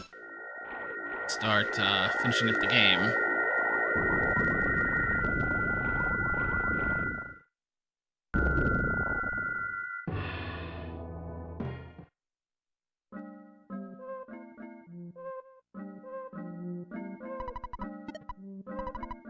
But see, look at this shopping trip, because I'm about to already be behind on this split. And all I'm doing on this split is shopping and going to Annette for the meteorite. How can I already be losing this much time? It must be because I know in one run, and if I wish I could find my PB so I could see how I did it. Or at least I wish I had the notes of the money route I was using, because I saved myself a shopping trip at the end of the game here before, and I have been chasing that ever since. I don't know how the heck I did it. But if it relied on accidentally duplicating a multi-bottle rocket, that's not going to be something I can rely on anyway. Because look, I'm already 45 seconds behind, and I'm not even in Onett yet.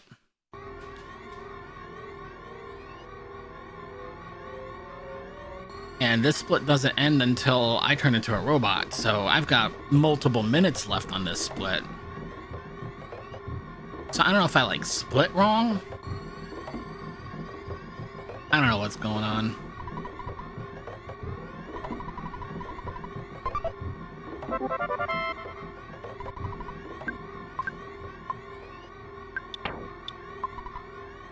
Ooh.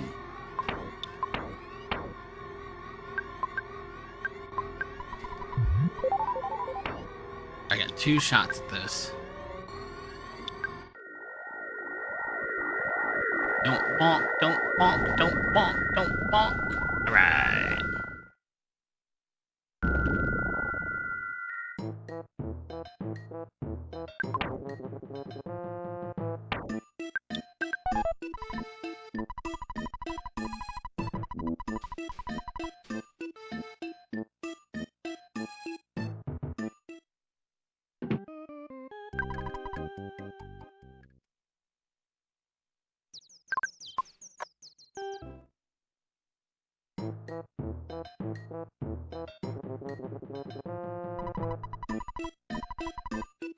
Oh my gosh, yes, I'm ready. Let me go.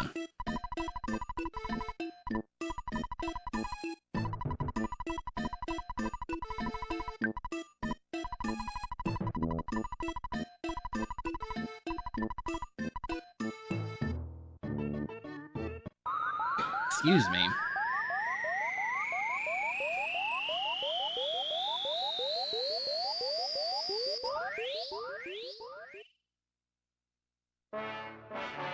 I've got to figure out the money route so I don't have to do an extra shop. I have to cut a shopping trip out of the run somewhere is what I have to do if I want to have any chance of beating this PB.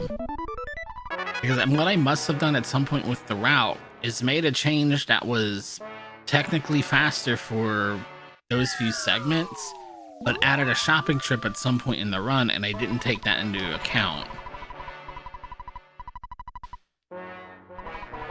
But I can't find my daggone PB VOD to see what I did.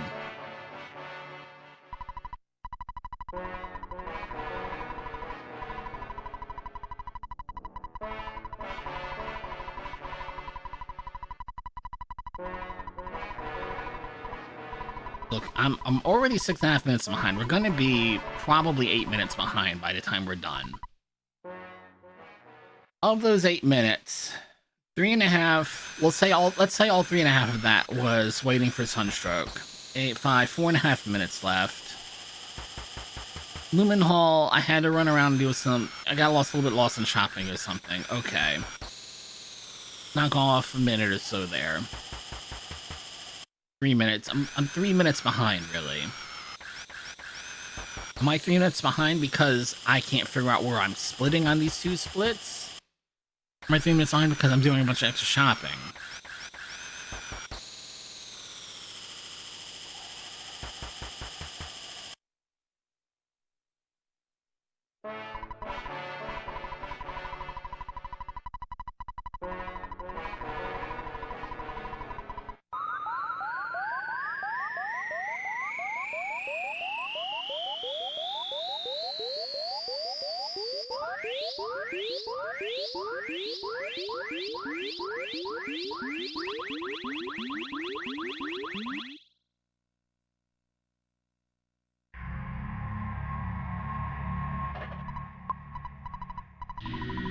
Alright, so last save of the game.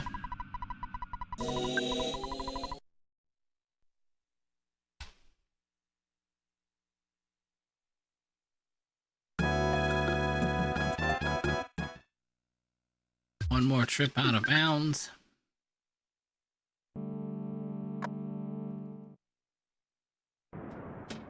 What am I doing?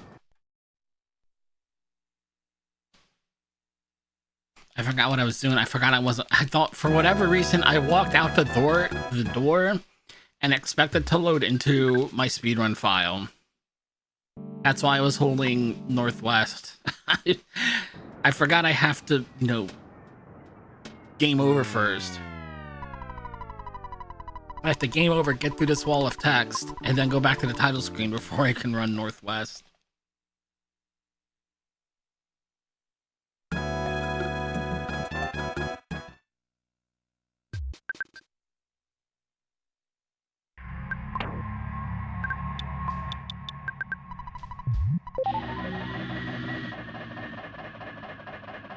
Oh yeah, also Pokey doesn't have a robot sprite. For obvious reasons. Hello, hello, hello.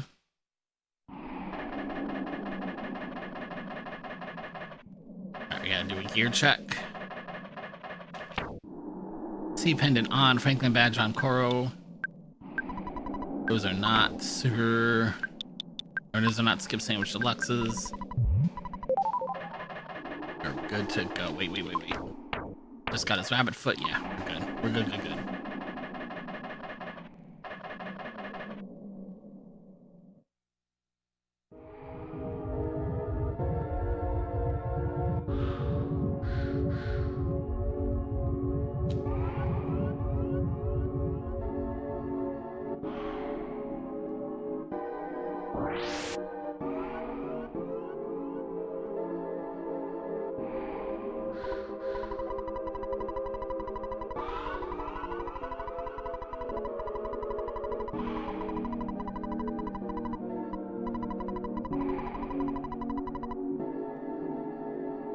Alright, let's go. Strategy here is simple. Korone is gonna put up a He's gonna put up a PK shield to keep us safe. Goods. Multi-bottle rocket, we're gonna throw that at Pokey. Gonna throw super bomb at Pokey. And we're gonna die. That got off before we got the shield off. Got our damage out. We have a couple life noodles, so we don't have to reset. Necessarily. So, recovering from this is going to be kind of a mess.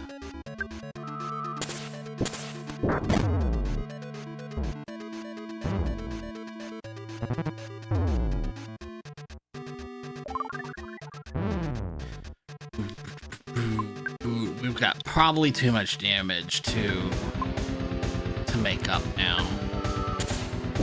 We never got our shield up, huh? That's the issue, is they didn't get the shield up. Yeah, we'll eat the reset here. How's it going, classical oldies?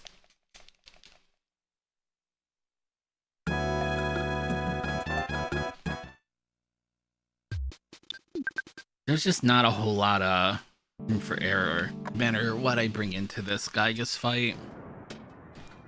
Alright, you know what? I said it earlier, and I said there's no way I'm just that bad at hitting a D-pad. It absolutely just ate my down input. It only moved me to the left there. The controller may need to be charged, to be fair, but I can't be that bad at hitting the D-pad.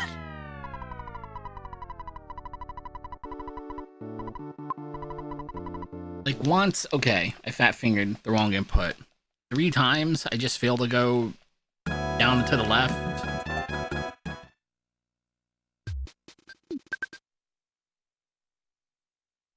Yeah, the whole soundtrack's so good.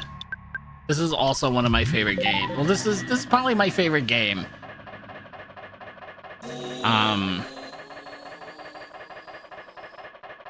But there are games that are definitely closer on the list now than when I was a kid. But this is definitely my favorite game.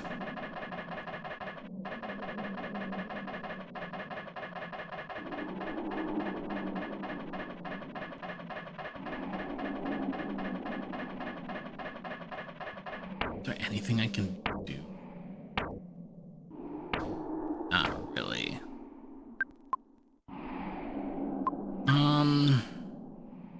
Do I have a weaker healing item? Can I use my old strat? Maybe I'll use my old strat. My old marathon strat. Of we need to get past this first turn.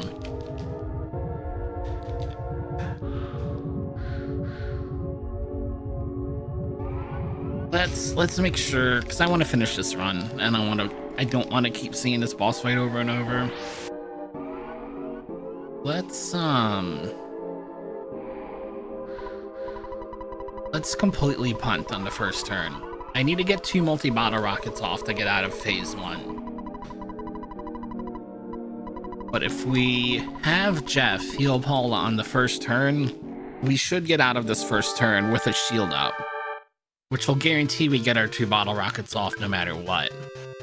But watch what happens. I'm gonna put this shield up. I'm gonna waste a turn healing. And we got the good RNG, so I didn't need to do any of what I just did. Because we're gonna survive anyway. That's what always happens, but what are you gonna do? Alright, we got our shield up. I'm gonna have Paula hold on to her damage.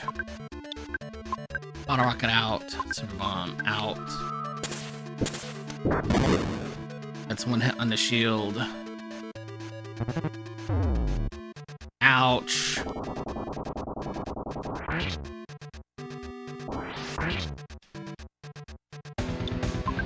That's fine. We can make up for that. That's what the couple life noodles is for. It's 2 hits on the shield, but we're gonna have Paul up next turn.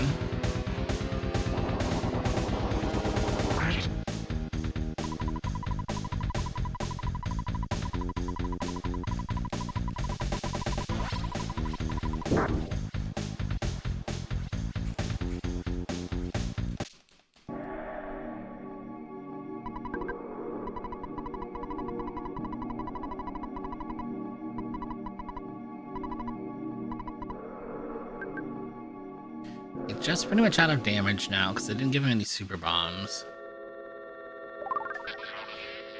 That's okay.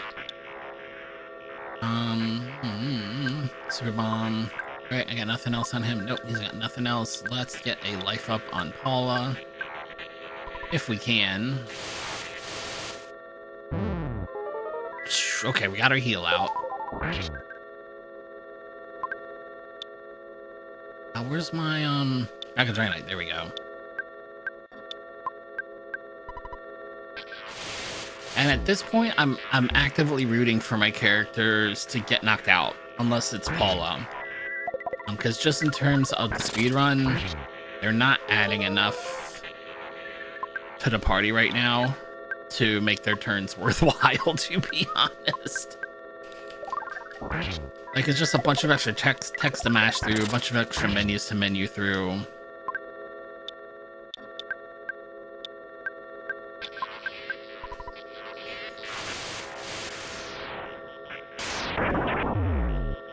That's fine. We got more than enough damage on Paula with the 2 magic shuffles for sure. Unless that keeps happening. Hey, whoa, whoa, whoa, whoa, whoa, whoa, whoa, whoa, whoa, whoa, whoa.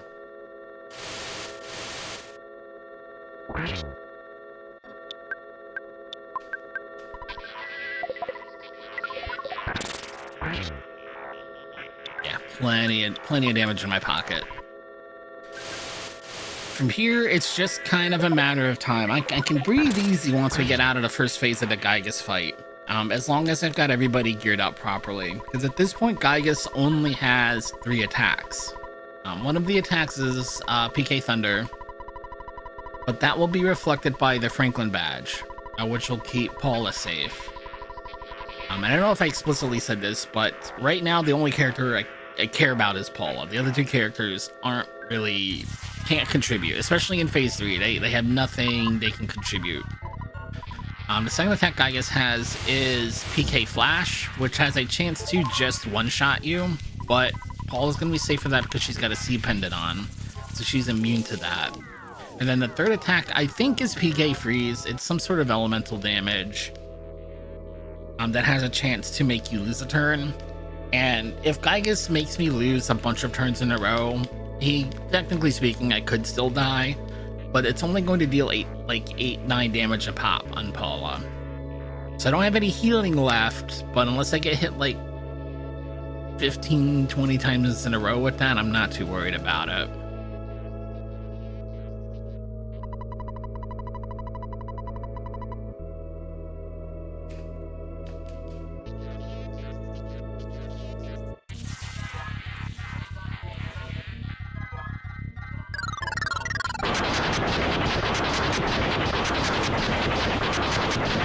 But I know I'm way behind my PB. I've been chasing this PB forever, and I haven't been able to get close, but I'm happy I finally got it down to where I feel like 1:45 is a good consistent time for this one, because there were times I couldn't get this run under 2 hours. I just couldn't wrangle it back down. But I think with some of the backup strats, I think I can get it down to 1:45 consistent, and can maybe lower my estimate to that. Maybe I'll do 150 for a while and make sure I'm hitting that number, because this might be close to 145 even. But if I could cut a shopping trip out of the run, I think that's kind of the magic bullet somewhere. Just to shop less.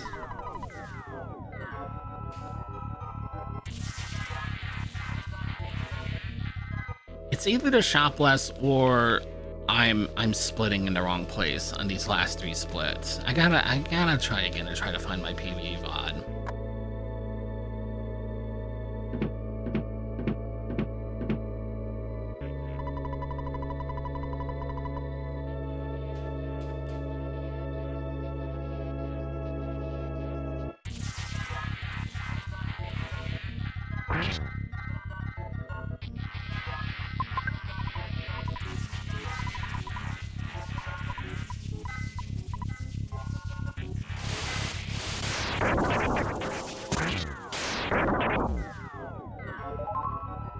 Yeah, we're gonna be probably a little bit behind 145, huh?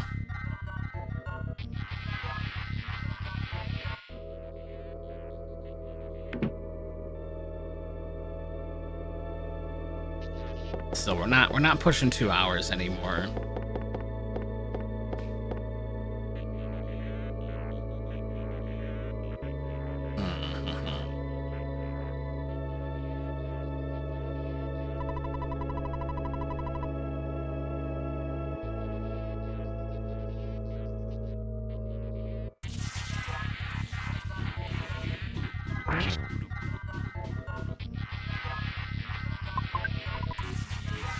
The only other thing I think I could cut out of this run, and I don't know how viable it would be, but it would kind of be the next sit down and, you know, really put the thinking cap on, would be as if I could do this without Pooh in the party either. Because I don't think you have to fight Master Barf. I don't think you have to do anything that adds him to the party.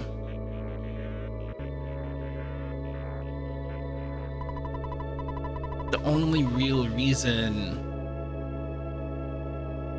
why do because the teleport helps. Being able to run around and teleport, that's really the reason. That's why I can't cut him. Is I can't go back and do my shopping trips otherwise. And I can't get Soundstone.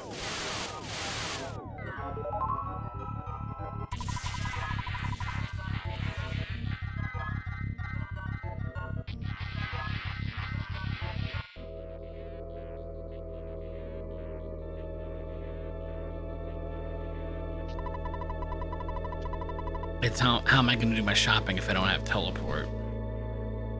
But if I could cut that whole first boss fight out, that would be really nice.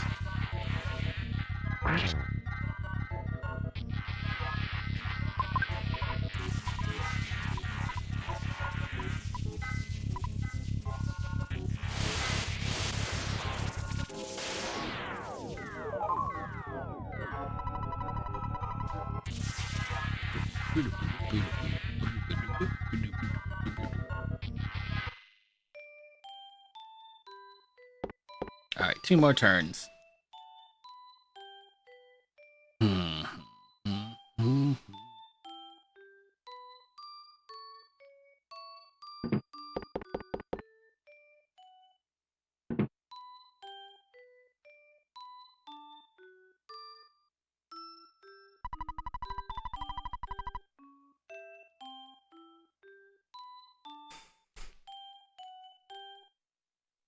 Two more turns, 2 more turns, 2 more turns.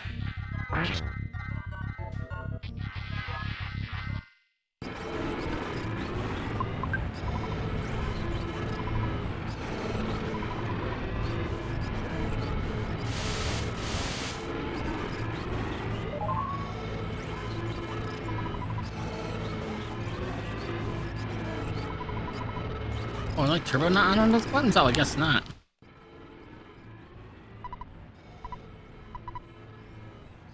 Alright, last turn.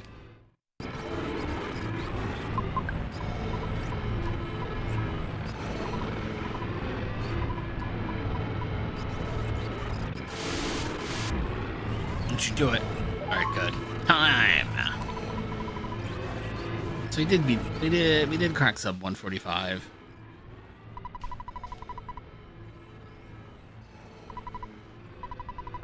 Oh.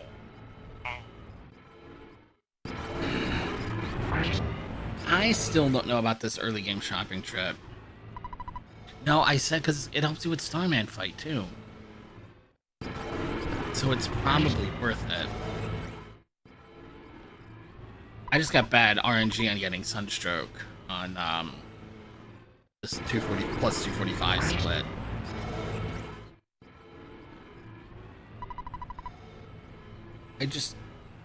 I don't know how I'm consistently losing 5 to 10 minutes on the second to last split. I must just be splitting wrong. I wish I knew where my PB was for this.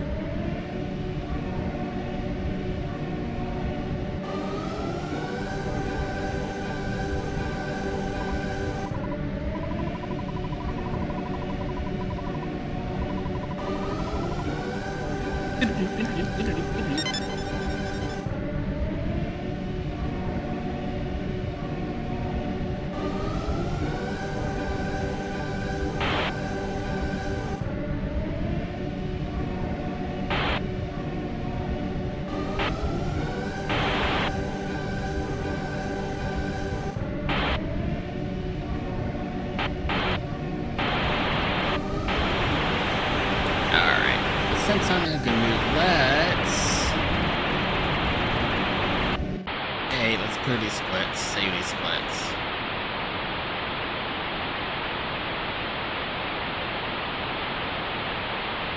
Where's my debug menu translation guide?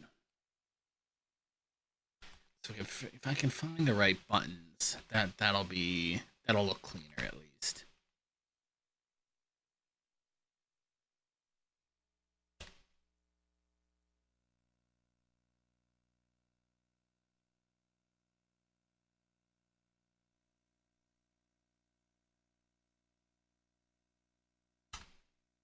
Where's cutting room floor? I think that's got the best guide for what I'm looking for.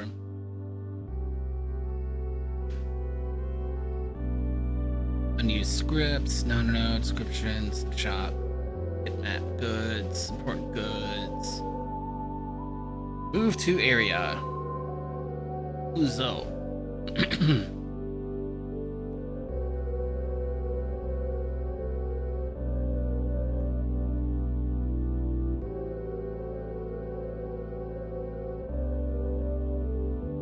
So you need to go head to Tucson. Have a good night, oldies. Get some good sleep.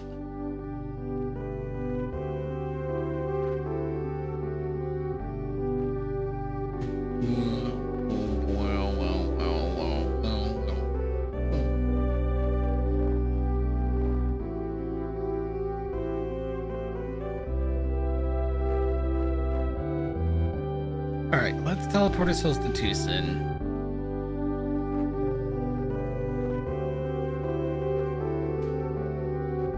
And see what mischief we can get up to.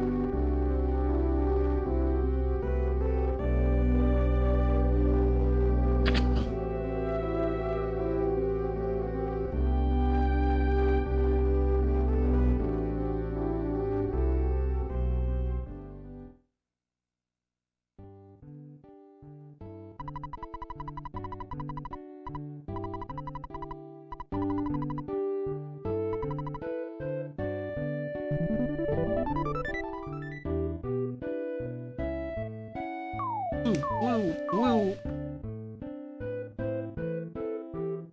Wait for Jeff to lead a party.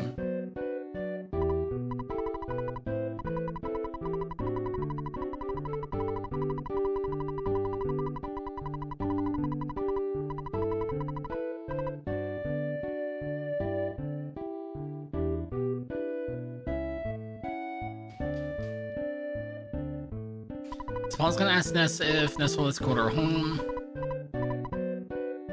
But Ness isn't here. Ness is not in the party, so we've got a party of just Paula and Pokey. Now, normally...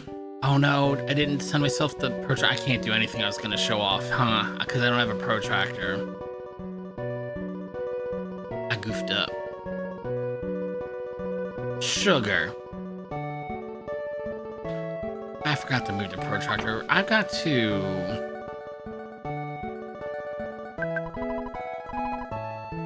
I put it on Franklin badge, so I don't have to worry about that. Then you put protractor on Franklin badge,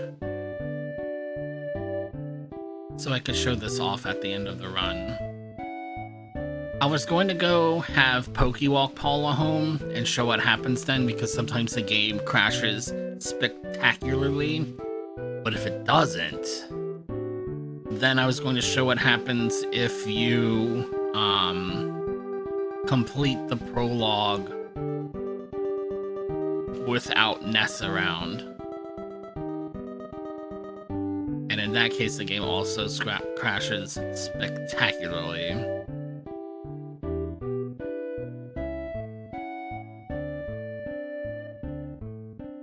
Boom, boom, boom, boom. I can't show off either of those.